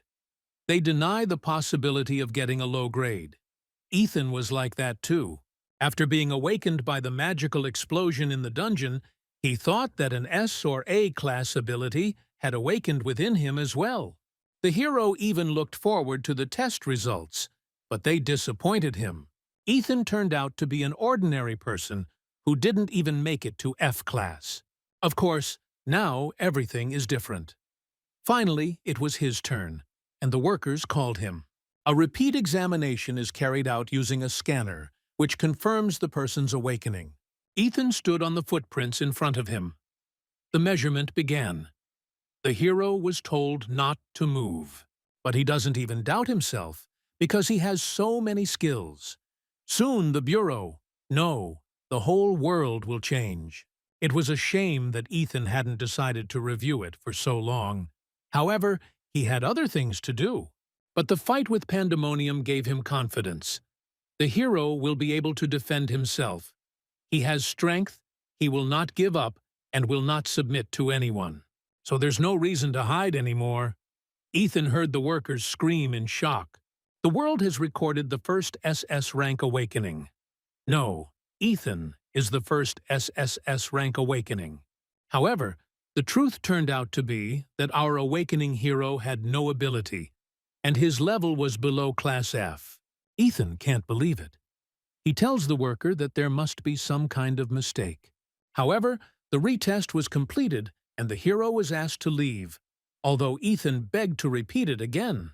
On the way home, he wondered why it hadn't changed. It was impossible. Maybe the test hadn't been able to detect divine power. The highest rank that exists now is S, but Ethan's stats are even lower than F. But then the test would have shown impossible to determine, or something like that. Hercules said Ethan was a nobody, but his personal abilities did not appear. Maybe that is why the test results did not change. Even though Ethan isn't sure about it, it makes sense. Or maybe it's because the skill level isn't 100%. The hero hasn't fully mastered them yet. He's still learning. By the way, how could he know the abilities of the gods? Is it even possible to learn and use them? Hercules said that Ethan is unique in his lack of abilities. That is why only he can know the powers of the gods. But who was that blonde guy in the dungeon? Maybe he knew something about the hero. That's why he came. The blonde said that day that he knew it would happen and apologized for dragging Ethan into it. Remembering these words, the hero thinks that the blonde knew everything. In any case, the retest was useless. Now I'll have to increase the number of dungeon raids and thus increase my rank. Ethan's grade is currently D, but I need at least A. Besides, he hadn't uploaded anything to YouTube for a long time. But he remembered something. Amazing video that fits this situation. Rob Knox, director of the SH Group of companies, said the matter must be very important because the director of the inspection came to him personally. John says the visit is sudden, but the hospitality is top-notch. Well, he was the director of the inspection, after all. Rob told John to sit down and asked the reason for the visit. John asked if their company was not a pillar of the Korean economy, but he was the CEO, provides security throughout Korea. John says that running a company means being able to direct your efforts in the right direction, and also to be able to please investors. So it is important not only to have business acumen, but also to be able to sell. And also, do not forget about family. After all, sometimes you have to stab a loved one in the back. Even though John holds the position of director of the inspection, he's not going to get involved in SH's family business. Simply put, he doesn't care if Stacy's company is tracking them or not. Ethan Carter. John thinks the SH director knows the name. Does the inspection director know they're trying to push Stacy out of the company? Because a guy named Ethan helped her raid the dungeon. Did they use Pandemonium to investigate? If Pandemonium contacts Rob again, he won't stop at warnings. He's rude and arrogant, but he's John, and you can't say anything back. Son of Will Falk. While Rob's company may be able to influence politicians and put pressure on the Bureau, John is someone who should not be touched under any circumstances. But why are they protecting Ethan? John understands that the director really does know the name. He won't even ask where from. So John said to stop squabbling, family and all. He thinks that's enough for today. Tracy thinks that there is no money this month and tearfully asks the boss not to fire him. Ethan asks what she's talking about and what she means by no money. The girl means that they won't get paid until the number of subscribers grows. Hero still doesn't get it. Well, new tub, Tracy thought Ethan was planning to close it. The hero asked in surprise why. Well, yes, he rarely uploads videos now, so Tracy wasn't getting paid. Well, the conditions here are still pretty good, and the boss is nice. She just hasn't worked this month. Ethan promised a base salary from the start. But actually, he met with Tracy today specifically to talk about new content. So Ethan asks to continue working with him. The girl was embarrassed. Today is payday. He's already sending it to Tracy, so let him buy something for his little ones. When Ethan was little, he was very happy when his father brought home a tasty chicken after work. To her younger children, she is a parent. And then suddenly Tracy asked to be addressed as you. Ethan looked at her in surprise, but she asked again, embarrassed. Tracy realizes that she's probably wrong, since he's older than her and also the boss. Ethan smiles and says he understands. But since he will call her by her name, the girl can call him brother. Tracy shyly replied that she would try. And yet, the hero started talking about new content. So, the rest of the time they talked about the video.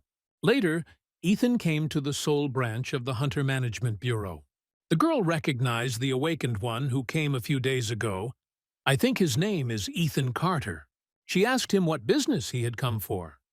The hero replied that he wanted to check the evaluation standards. Ethan handed over his hunter's license.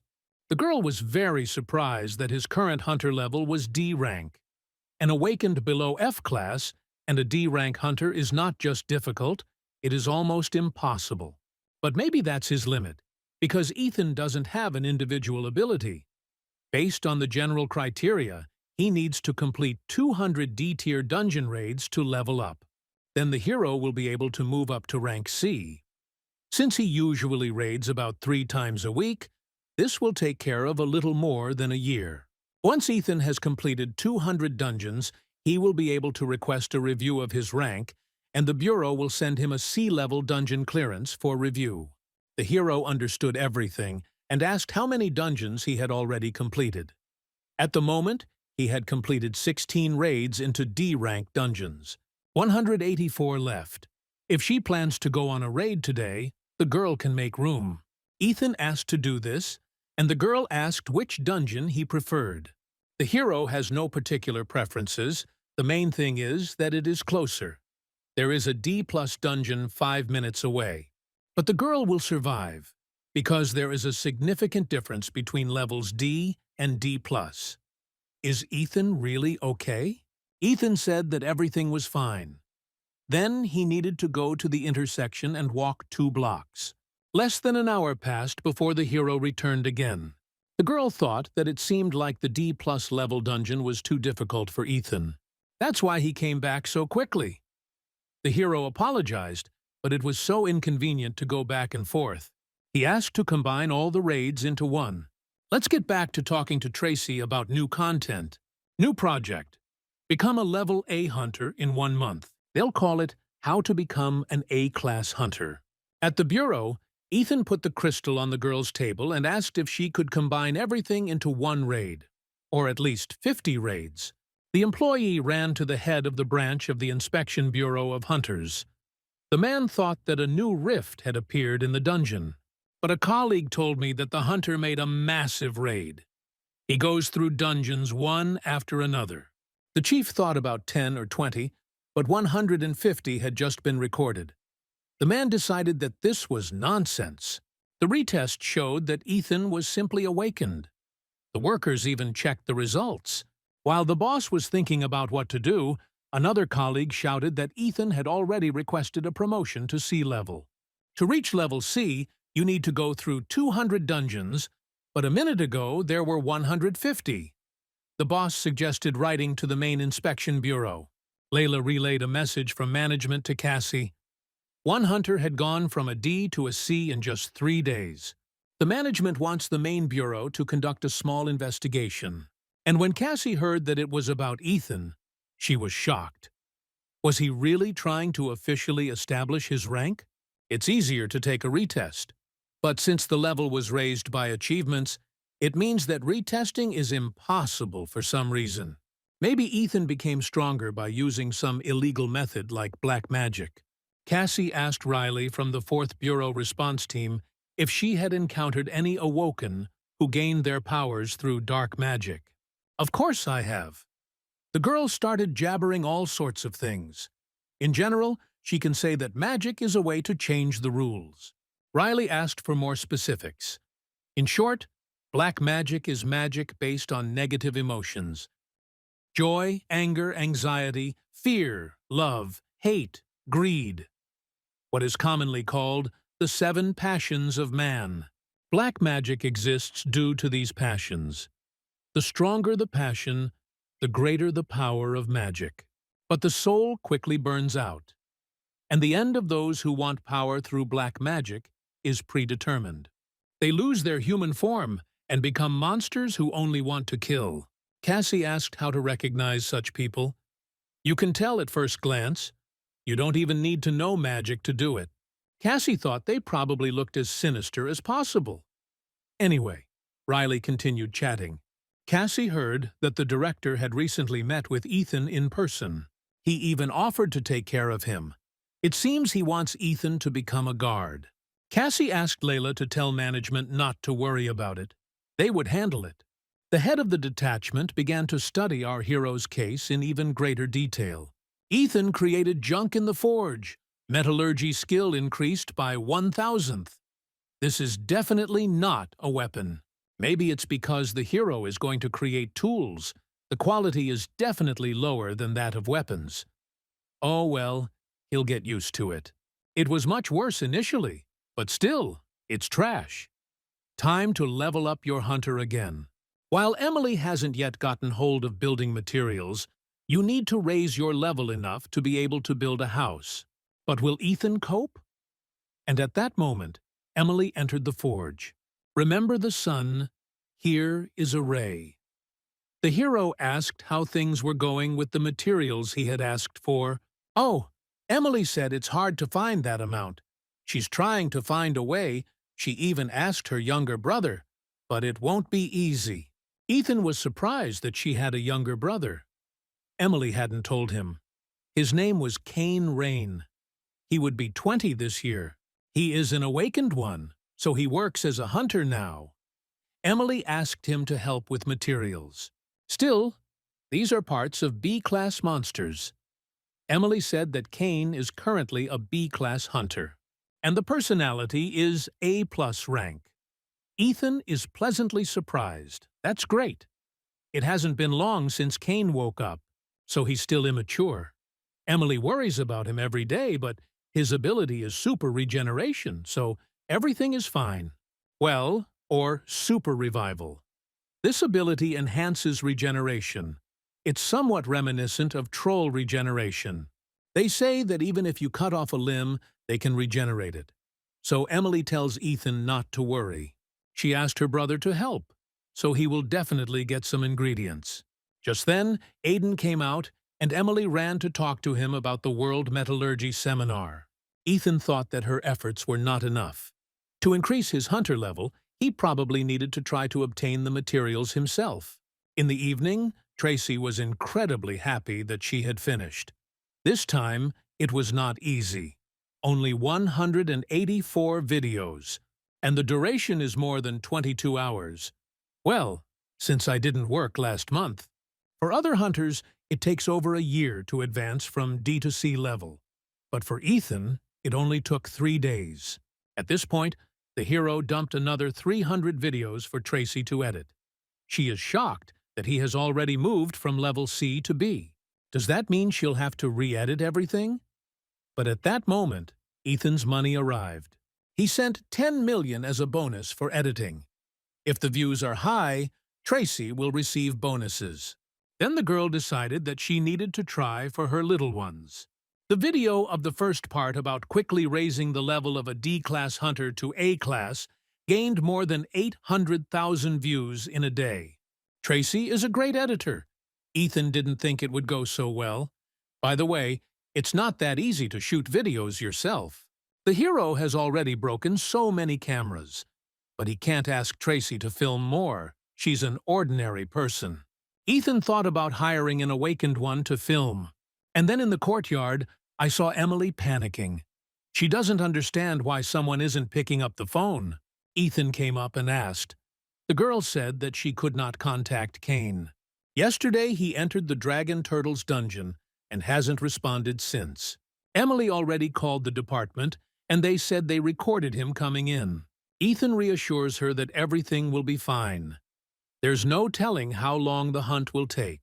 The hero thought that maybe Cain just decided to knock out his squad to celebrate completing the dungeon. At 20 years old, this often happens. But Emily knows that her brother is not like that. Ethan reassures her, saying that he has super regeneration, but just in case, he would report it to the inspectorate. Emily thanked him and then quickly left. It's obvious that she's worried, but for now, we'll have to wait. Meanwhile, Cain woke up tied up in some strange basement. He began to remember what had happened. He hired a squad and attacked the dragon turtles to help his sister. They went hunting, and then their squad mates invited them for a drink. They drank, and then Cain was kidnapped. Suddenly, a man in a white coat told them not to move. He made this chain on purpose. Even an S-class hunter can't break it.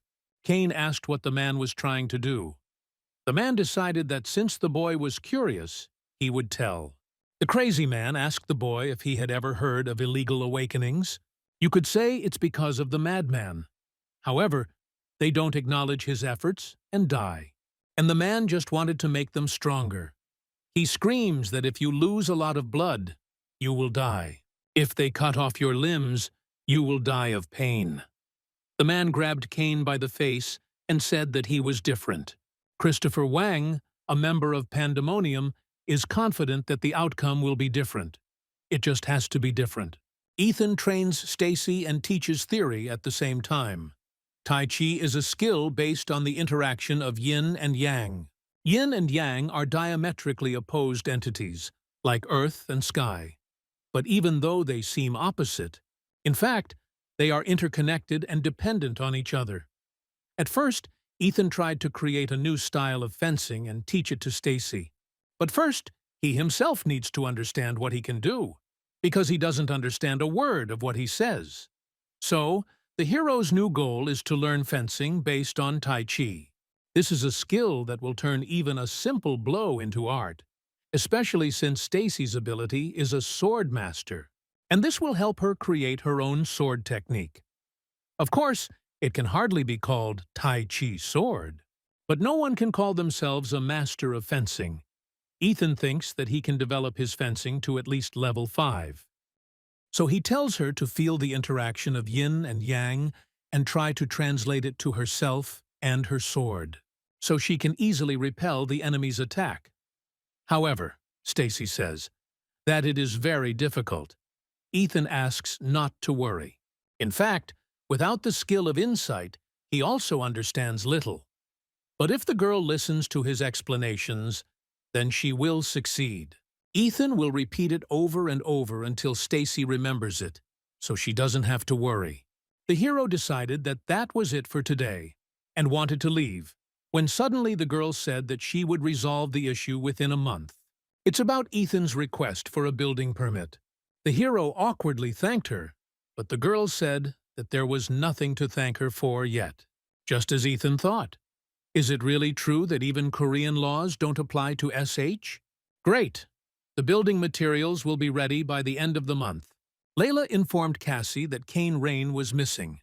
The commander asked how it happened, but the assistant handed over a paper and told me to read this first.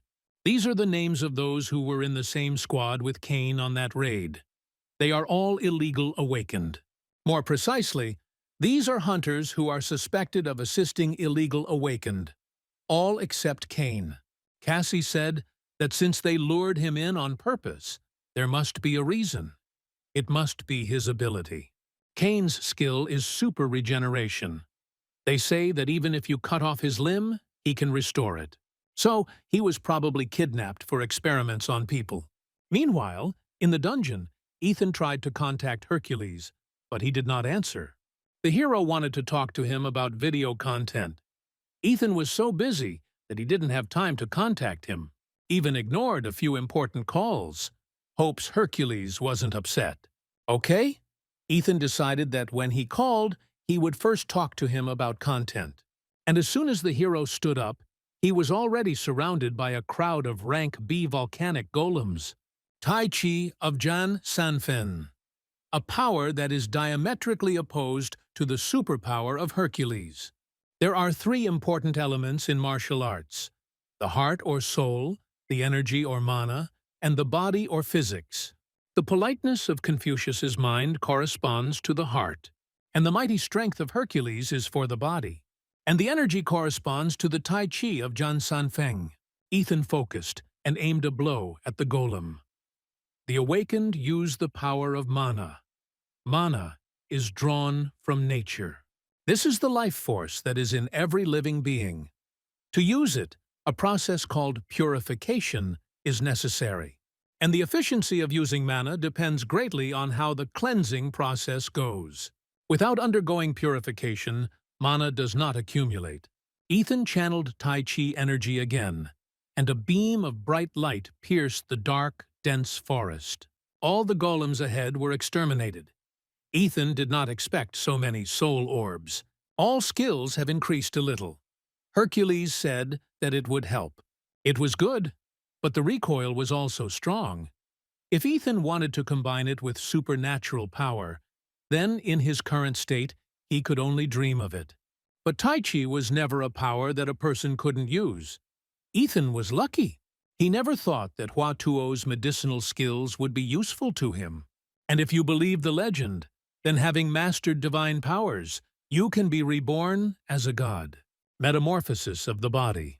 Although for now Ethan can only use this power partially. But thanks to her, he will be able to regulate the power of Tai Chi. The hero signed up for it only to cure Chloe. But this channel was more useful than he thought. Ethan healed himself a little. Divine Healing Mastery reached 30%. Now Chloe can go to college. Maybe she can be cured completely? By the way, we need to find someone to shoot the video. Too bad you can't make a camera with divine metallurgy. It's evening. Today Ethan has done 15 raids in B-class dungeons, and to reach rank A, he needs to do 500. At this rate, it will take longer than the hero thought. The dungeons of level B require monotonous passage, so it will not be easy to speed up. But by the end of the month, Ethan will be done.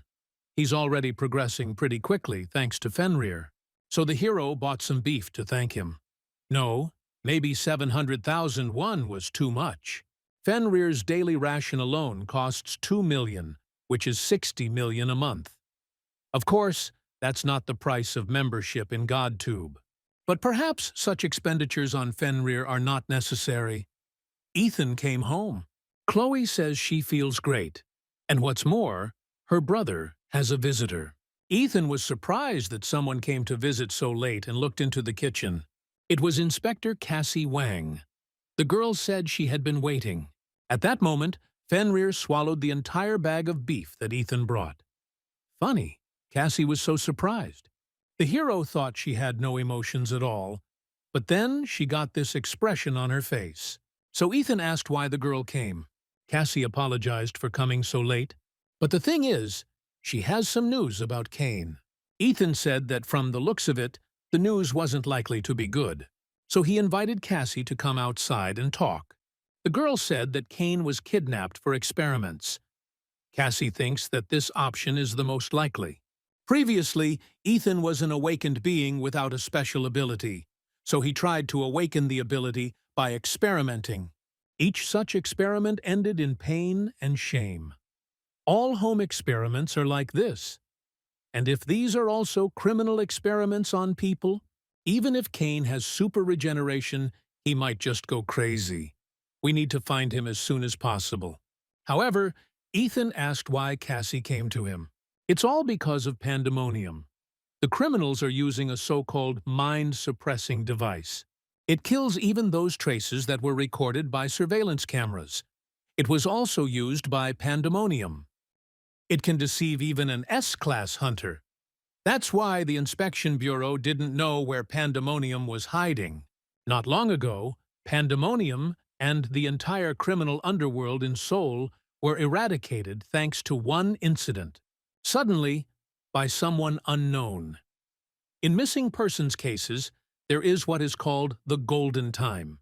And if it is a kidnapping, once the golden time is over, the chances of finding the person alive almost disappear. But the families of the missing don't know about it. They wait until the end. They hope that the person will definitely return someday. Cassie is the squad leader. Although she is currently ashamed and her pride is hurt, she asks Ethan for help. The girl tries so hard, although in fact Cain is nobody to her. Maybe it's because of insight. Ethan feels her emotions so well. Cassie is ashamed. She even stepped over her pride. The hero feels sorry for her. Besides, she's just asking like a human being. Ethan said that Chloe was home and asked to stay with her until he returned. The hero asked Fenrir to do him another favor. According to the information Cassie provided, it all started in the Dragon Turtle Dungeon, where Cain's last raid took place. The raid was 3 days ago. After the raid, he went out for drinks with the squad. The bar was the last place he was seen. Perhaps that was where the investigation should begin. Maybe we'll be able to find some trace. Although even if there is a trace, it will be almost invisible. The reason Ethan came here is because of Fenrir's sense of smell.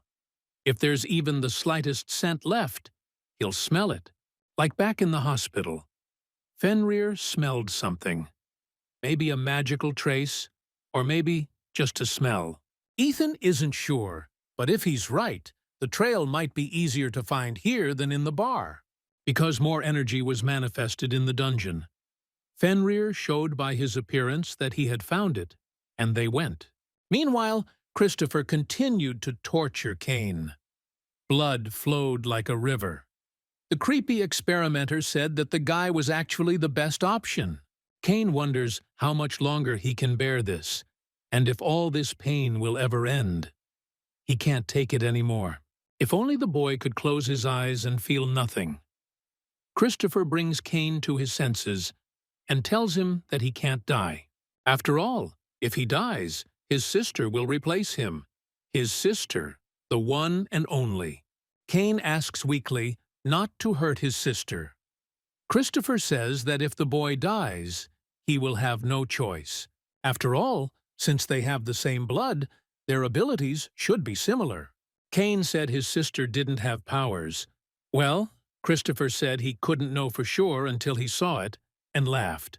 The guy has to hold on. We can't let that crazy guy get to his sister. So Christopher continued his brutal torture. Cain doesn't even know how much time has passed. If he dies like this, his sister will be in danger. No, he has to protect her. But he can't stand it anymore. At that moment, the basement wall shattered into small pieces. Ethan approached the guy and said that his sister was very worried. The hero sees that Cain is in very bad condition. Such wounds should not occur in a person with super regeneration. Although Cain's regeneration level is higher than that of trolls, the damage clearly exceeded the permissible amount. In this state, the body is no longer important. Perhaps the guy has already gone crazy from pain. However, Ethan realized that no. When Cain weakly, inarticulately, but adequately responded to the words, perhaps he would still have time. While the hero is treating the guy, he asks him to be patient a little longer for the sake of his sister. Thank God Cain started to recover a little. He asked if his sister was okay. Christopher approached Ethan warily and asked who she was and how she got here. The madman started screaming that this was his personal place, only his. Ethan looked at the floor and saw a bunch of different body parts. It seemed like there were other people here besides Cain. It's hard to believe this guy did all this. It makes my hair stand on end.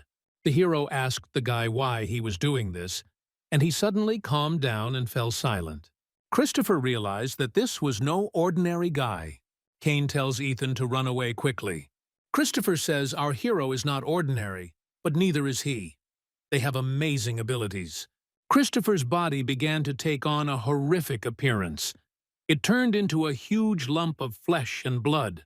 So the guy asked what ability our hero had and what experiment they would conduct on him.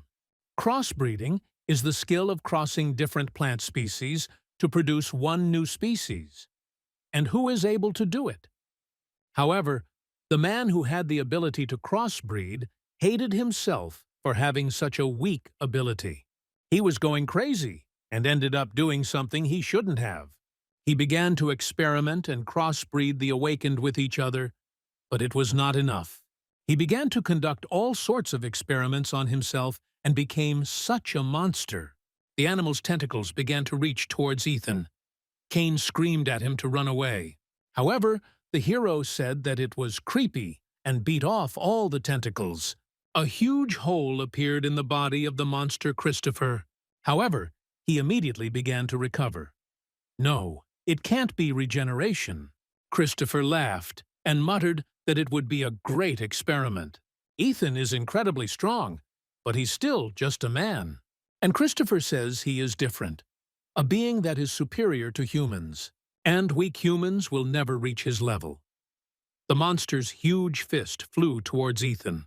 Cain knew it was too late to run away, and Christopher punched the ground with great force. Cain thought it was the end, but our hero stopped the monster's fist. Christopher says that this is already funny. Some guy pushed him like his power contained an ogre skill. That can't be right. Ethan broke through Christopher's shield and hit him with his fist. Cain watches the painting and realizes that the real monster here is not a crazy experimenter. Christopher doesn't believe a human can do this. How can a human be so strong? Was the guy born with this ability? Christopher screams at our hero that he hates him. He hates him so much that he wants to kill him. Strong guys are always like this. Ethan said to stop. I asked why Christopher was doing this. Did he really want to become stronger? The guy said that our hero didn't know anything. He doesn't have the ability, so he has to. No one even knows how terrible he feels. I asked if Ethan even knew what it was like to be weak. Our hero was born strong. He would never understand it. How miserable and slavish the life of weaklings is. And the guys who were born with abilities had power from the very beginning. They didn't achieve it themselves. They didn't try. They only got their strength because they were born with it. And then they say, "You're so weak because you don't try." It's so disgusting. It's just infuriating. Everyone likes the strong. That's why Christopher wants to kill them all. Ethan came closer and said that he used to think that way too. He had recently asked what Hercules was thinking when he was doing the 12 labors. The 12 labors that made Hercules a great hero. I wonder if he was afraid. Hercules replied that he had tried to commit suicide at the time. Ethan initially thought it was a joke. However, in a fit of madness, Hercules killed his family. The guilt made every day seem like hell. He thought that life was no longer worth living. But Theseus stopped him. How could you atone for your guilt by committing suicide? So it's not a matter of grandiose aspirations or maturity. These feats were for the sake of redemption. It was hard. More than once, Hercules was threatened with death. I thought about it every day. I thought he couldn't. I thought he could give up now. Ethan didn't believe it at first. Hercules always passed trials and tribulations with ease. The hero thought he was the ideal who always won. The demigod says that results are, of course, important. But if Ethan asks if they are the main ones, he would say no. How exactly did you achieve such results? That's what's important. That's the most important thing. People say he did the 12 labors because he's Hercules. Achieved such results because he was great from the start. But no one is born great. Only trials become great right away. And greatness and success are not so important. Of course, there are different situations. Sometimes it is simply impossible to win. There are circumstances that cannot be overcome. But to achieve greatness, you do not have to overcome the impossible. It is important to ask yourself the question, why do I want to become great? Only one reason is needed. It can be stupid or childish, but you should always remember it. When you want to do something or achieve something, there will always be tens of thousands of reasons why it is impossible. But only one, why do you want to do it, will help you achieve what you want. That's why Hercules is here, in front of Ethan, talking about greatness. It's not innate strength that separates the strong from the weak. Ethan tells Christopher that he shouldn't pretend to know everything. The guy just wants to justify himself to himself. Ethan began to concentrate and put everything he had learned into context. The mind of Confucius, Tai Chi of John Sanfen, the power of Hercules, harmony of strength, energy, and body. Ethan used the art of Hercules, a magical combat technique, heavenly crushing strike. Cain is shocked and asks why the world has become so white. Ethan howled. It hurt so much it wasn't a joke. The recoil was too strong. He didn't originally intend to use this martial art, but he was so annoyed by this nonsense that he had to shut Christopher up. The hero doesn't fully understand what's happening. Normally, he would simply lose consciousness. Ethan asked if Cain could move. Yes, his body seemed to have recovered a little, but the boy is shackled. They say that even an S-class hunter cannot break these shackles by force. Ethan removed them with a flick of his wrist and asked again if Cain could move. The guy awkwardly apologized, but asked who our hero was. He quickly wanted to know. Ethan said he was Emily's friend. Cain asked if our hero was her boyfriend, but Ethan said he was just a friend. He had no reason to lie.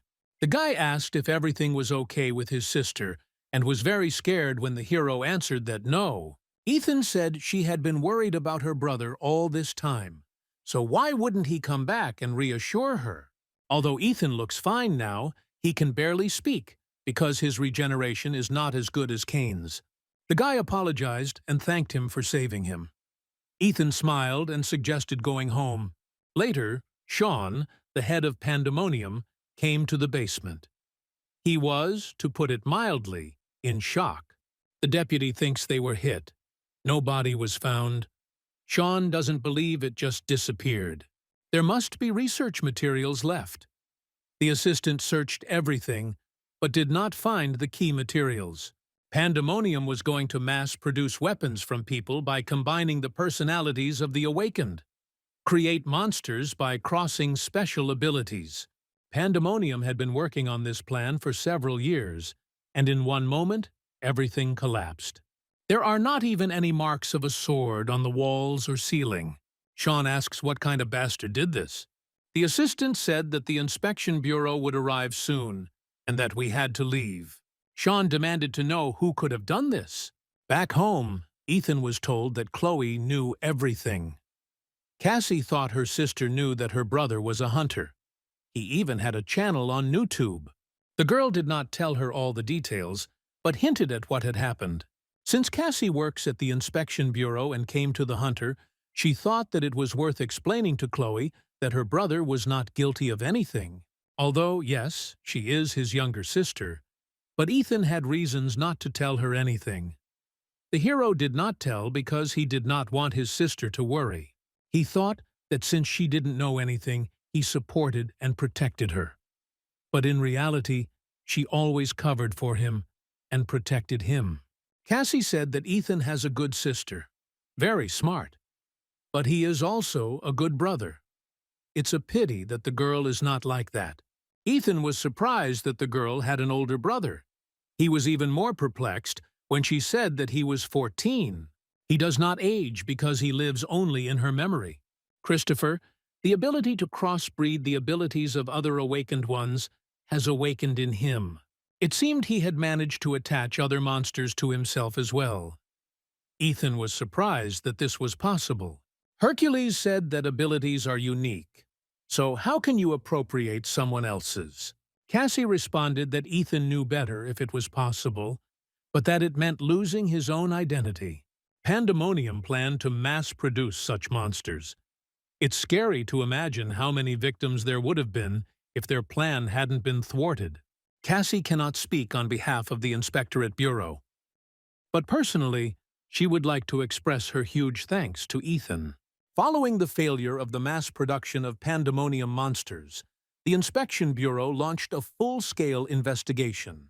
But this frightened the public, so the investigation was hidden from both the media and the world. Emily's younger brother returned safely to his sister, and Ethan continued raiding dungeons and improving his skill proficiency. It seems that neither mastery levels nor skills have been affected by the last battle, but Ethan destroyed all the equipment. Their cost will exceed the money from YouTube. How can he find someone who can film? Well, at least the memory card survived. The hero is glad that the video was not damaged. By the way, he thought that the competition for booking dungeons would be more serious. Ethan finally cleaned up his. These dragon turtle shell pieces will be needed during construction, almost indistinguishable from the scales of a real dragon. It'll take some time to get some materials. It looks like Ethan will be an A-class hunter soon. Coming out of the dungeon, the hero met Cain. It's amazing that he recovered so quickly. But how did he know that Ethan was here? The guy was told at the administration. Well, not exactly told. There were no more dungeons to book, but Cain was given a list of all the cleared dungeons. And he looked for Ethan in all these dungeons. He thought he would wash away exhaustion. The hero asked why the guy didn't just call. Cain replied that he didn't know the number, although he could have asked his sister. The guy saw the light and said that Ethan was just a genius. Still, the hero asked why Cain was looking for him. His sister told him everything. He knows Ethan collects monster byproducts. He's the one who saved Cain's life, so the guy came to help. But the hero replied that he didn't need help. Cain was a B-class hunter. Ethan couldn't just exploit his talent. However, the guy wants to help the hero for free. He heard that the hero helped Emily. Ethan's eyes lit up. The hero refused because his sister was also helping. Cain stopped him and suggested going on a raid first and then making a decision. Cain has booked the Dragon Turtle Dungeon. Ethan is shocked. The Dragon Turtle is so popular that it is impossible to get to. Did the guy kill someone for the reservation? Cain offered to go with them. He would prove that he could be useful, and everything they got would go to Ethan. It doesn't seem like the guy will be put off by a refusal, especially since if he gives everything they get, the hero has nothing to lose. Ethan looked at his broken camera and remembered that Cain was a B-tier hunter, but his regeneration was A+ class. Even if he suffers, he will recover, even from divine beings. So you don't have to worry about it during the fight. Ethan walked up to Cain, put his hand on his shoulder, and asked if he knew how to operate a camera. So they immediately went underground. The hero thought it would be harder. Instead of breaking, the armor seems to disappear. Ethan doesn't understand what's happening. The last time he used the super permissive fist was to hunt a dragon turtle. But Tai Chi's true purpose was that the power dissolved into nothingness. Tai Chi nullified the hardness of the dragon turtle's armor. It fits perfectly with Ethan's skills. Hercules had good reason to recommend it. However, the scales crumbled in his hands. We need to adjust the power.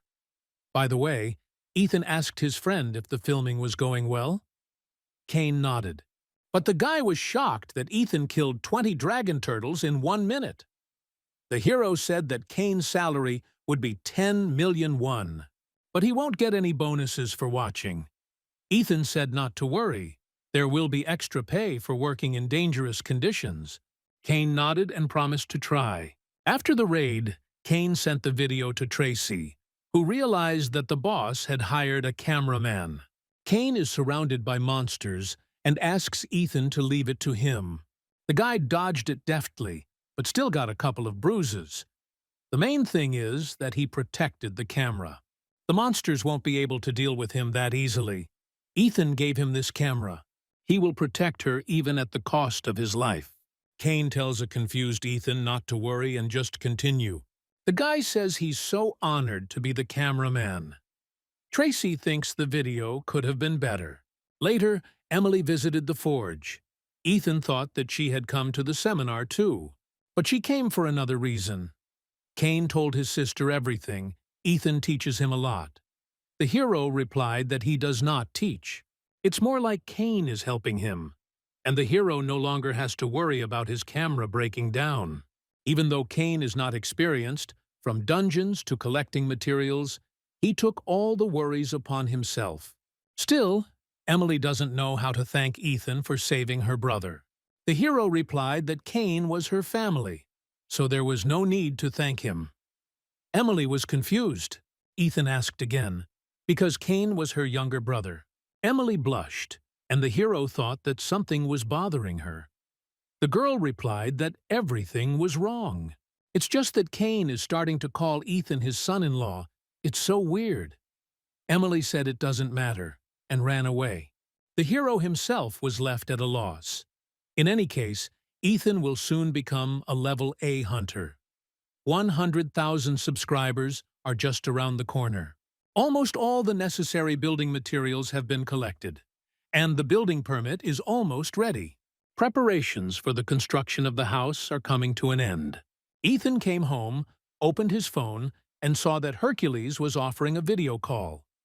That's right, the hero completely forgot. He was so busy these days that he ignored several calls from him and forgot to call back. Hercules must have been angry. He'd be lucky, if not too much. Oh, Ethan's going to get it. The hero immediately answered the call. Hercules asks calmly if Ethan is there. It's been a while since we spoke. Everything seems fine. Maybe Hercules doesn't care. Hercules said that he was very worried and asked why the guy was acting like that. Wow, he's just furious. Ethan replied that there were important things to do. Hercules is offended, of course. Does the hero really not care at all? Ethan replied that he didn't do it on purpose. Things just keep falling apart. Well, of course, the great lord is very busy. Surely his affairs are much more important than Hercules.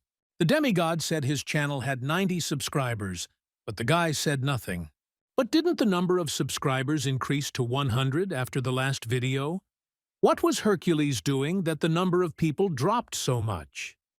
Well, what happened, happened. Besides, Hercules had a long rest, and today they will train the whole body. The demigod said that if the guy is ready, then they will begin. Ethan did unreal exercises that he was already ready to go to the next world, and Hercules only commanded, saying, "Straighten your back, don't be lazy," and so on. What madness! The demigod shouted that it was impossible to slack off and that such push-ups did not count. There was no need to fool around all this time. So Ethan studied until the very night. The hero looked at his phone. Superpower mastery had only increased by 3%. Ethan feels another level of power, like something is rising up from within. However, it was clearly not strength. The hero can't do it anymore. No joke. He's going to die now. Is it better to use Tai Chi or just die? Hercules asked. Who said it was okay to rest? Maybe Hercules should take up a sword. This training will kill him. Ethan can't feel his body anymore. This bastard is definitely going to kill him. Hercules said the real workout was just beginning. Now they'll do 3,000 burpees. Ethan, out of breath, suggested filming the content instead. So, Hercules headed to the Egyptian pyramids. The Sphinx asked what he needed and why he came. It doesn't matter. The demigod came here to compete in riddles. But just asking riddles is not interesting. So Hercules suggests adding a new rule. That evening, Ethan challenges his friend to a riddle battle with the Sphinx. As far as he knows, there was a video about it on the Sphinx's channel. The first subscriber to guess the riddle will get the right to dinner with the most beautiful woman in Egypt, Cleopatra. That riddle has never been solved. Hercules thought it was impossible. But was there anything impossible for him? Maybe that's the whole point. Hercules didn't quite understand. He asked if Ethan knew Thoth, the god of wisdom. Even he lost to the Sphinx. Although the Sphinx herself had lost to Oedipus long ago, she had not been defeated since. But Ethan said it was even better this way. If Hercules defeated the Sphinx, the audience would grow naturally. Hercules' eyes light up and he asks how to defeat her, but Ethan has no idea. Despite his ability to see everything, Thoth, the god of wisdom, has lost. So how can our heroes win? But their goal is not victory. Hercules doesn't understand it at all yet. Ethan says you don't have to win the fight. They're on YouTube. So all they have to do is present everything in the right light. Return to the present time. Hercules suggested to the Sphinx to add a new rule. Each time the one who answers incorrectly gets a slap in the face. The Sphinx asks if Hercules really wants to die, or if this is some kind of dirty trick. Why then? First she asks 2 questions. Hercules asks 1. Isn't that fair? If the Sphinx answers correctly, it will be able to hit him. Or is the Sphinx afraid of guessing wrong? She was silent for a couple of seconds, and then agreed. Thought it was a great chance to beat up this muscular pig. Good choice. Well, Hercules tells her to ask 2 questions. So, the first question. He was born in water. If he returns to water, he will die. He will come out of water. He will live. Who is this? Hercules thought and answered, a whale.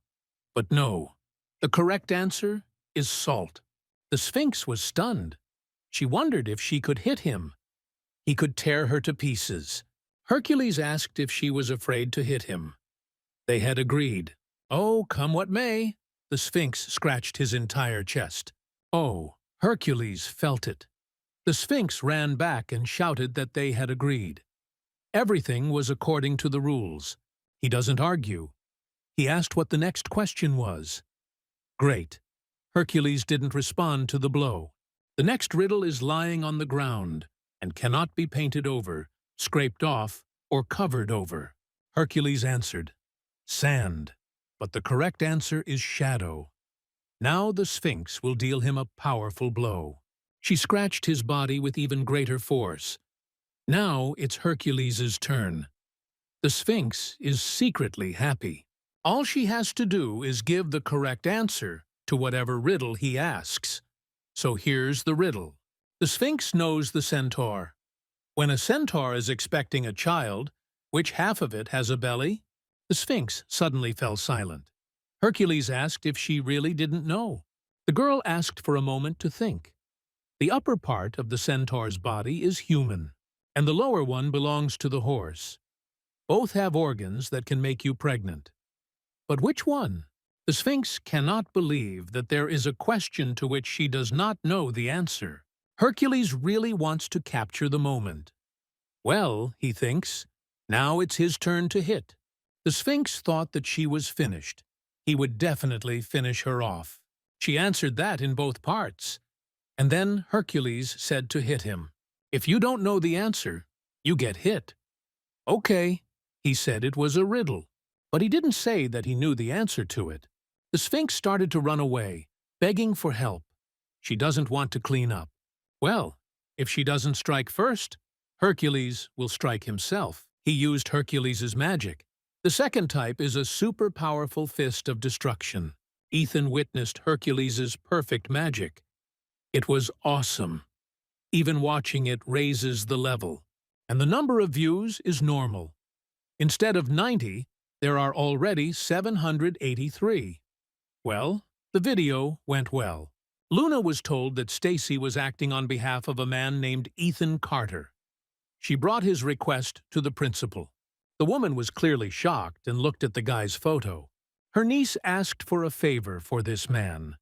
The question immediately arises about what kind of relationship they have. The assistant can't say for sure, but Stacy spends 2 or 3 days a week with him. He thinks it's safe to say they're dating. Alone in the Hunters Guild headquarters, the moon fell into a precipitate. Her niece, who ignored celebrity and powerful heirs, is dating this guy. The girl has grown up. Luna, like her aunt, cannot remain idle. Hercules thanks Ethan. Thanks to him, he got 1,000 subscribers.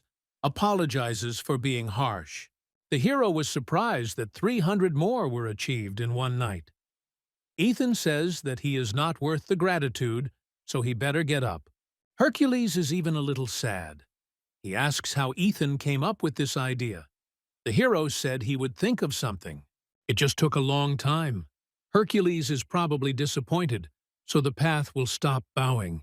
The demigod cried out that it was only natural that the teacher who was building the house was busy. It was his fault that he was in a hurry and could not wait. By the way, Ethan asked what happened to the Sphinx and whether it was dead.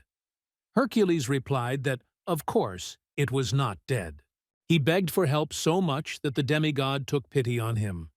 So he didn't use his full power and struck softly. Well, you could say that the Sphinx escaped from under Hercules' nose, but left something as a thank you. Hercules gave Ethan a subscription to the Sphinx channel. It was considered a gift to Hercules, but how could he use it? So I thought about my teacher. So here, I gave it to Ethan. So the hero can subscribe to one channel for free. Considering the fee, he will save tens, no, hundreds of billions of one. Isn't that a victory? The best gift. Hercules is glad that the teacher liked it, but the Sphinx gave him something else. He will give this to Ethan too. And then Hercules got a one-time ticket for dinner with Cleopatra. He heard she was a beauty. They say she was just like Aphrodite. So Hercules told Ethan not to be shy and to have dinner with her sometime. The hero sat down in a restaurant, ordered food, but the waiters looked at him strangely. How did this happen? Finally, Cleopatra came and greeted Mr. Ethan. A date with Cleopatra? Won't people think he's crazy? By the way, she is really beautiful. Confucius said that a gentleman values intelligence and does not pay attention to appearance. Or is it her professionalism?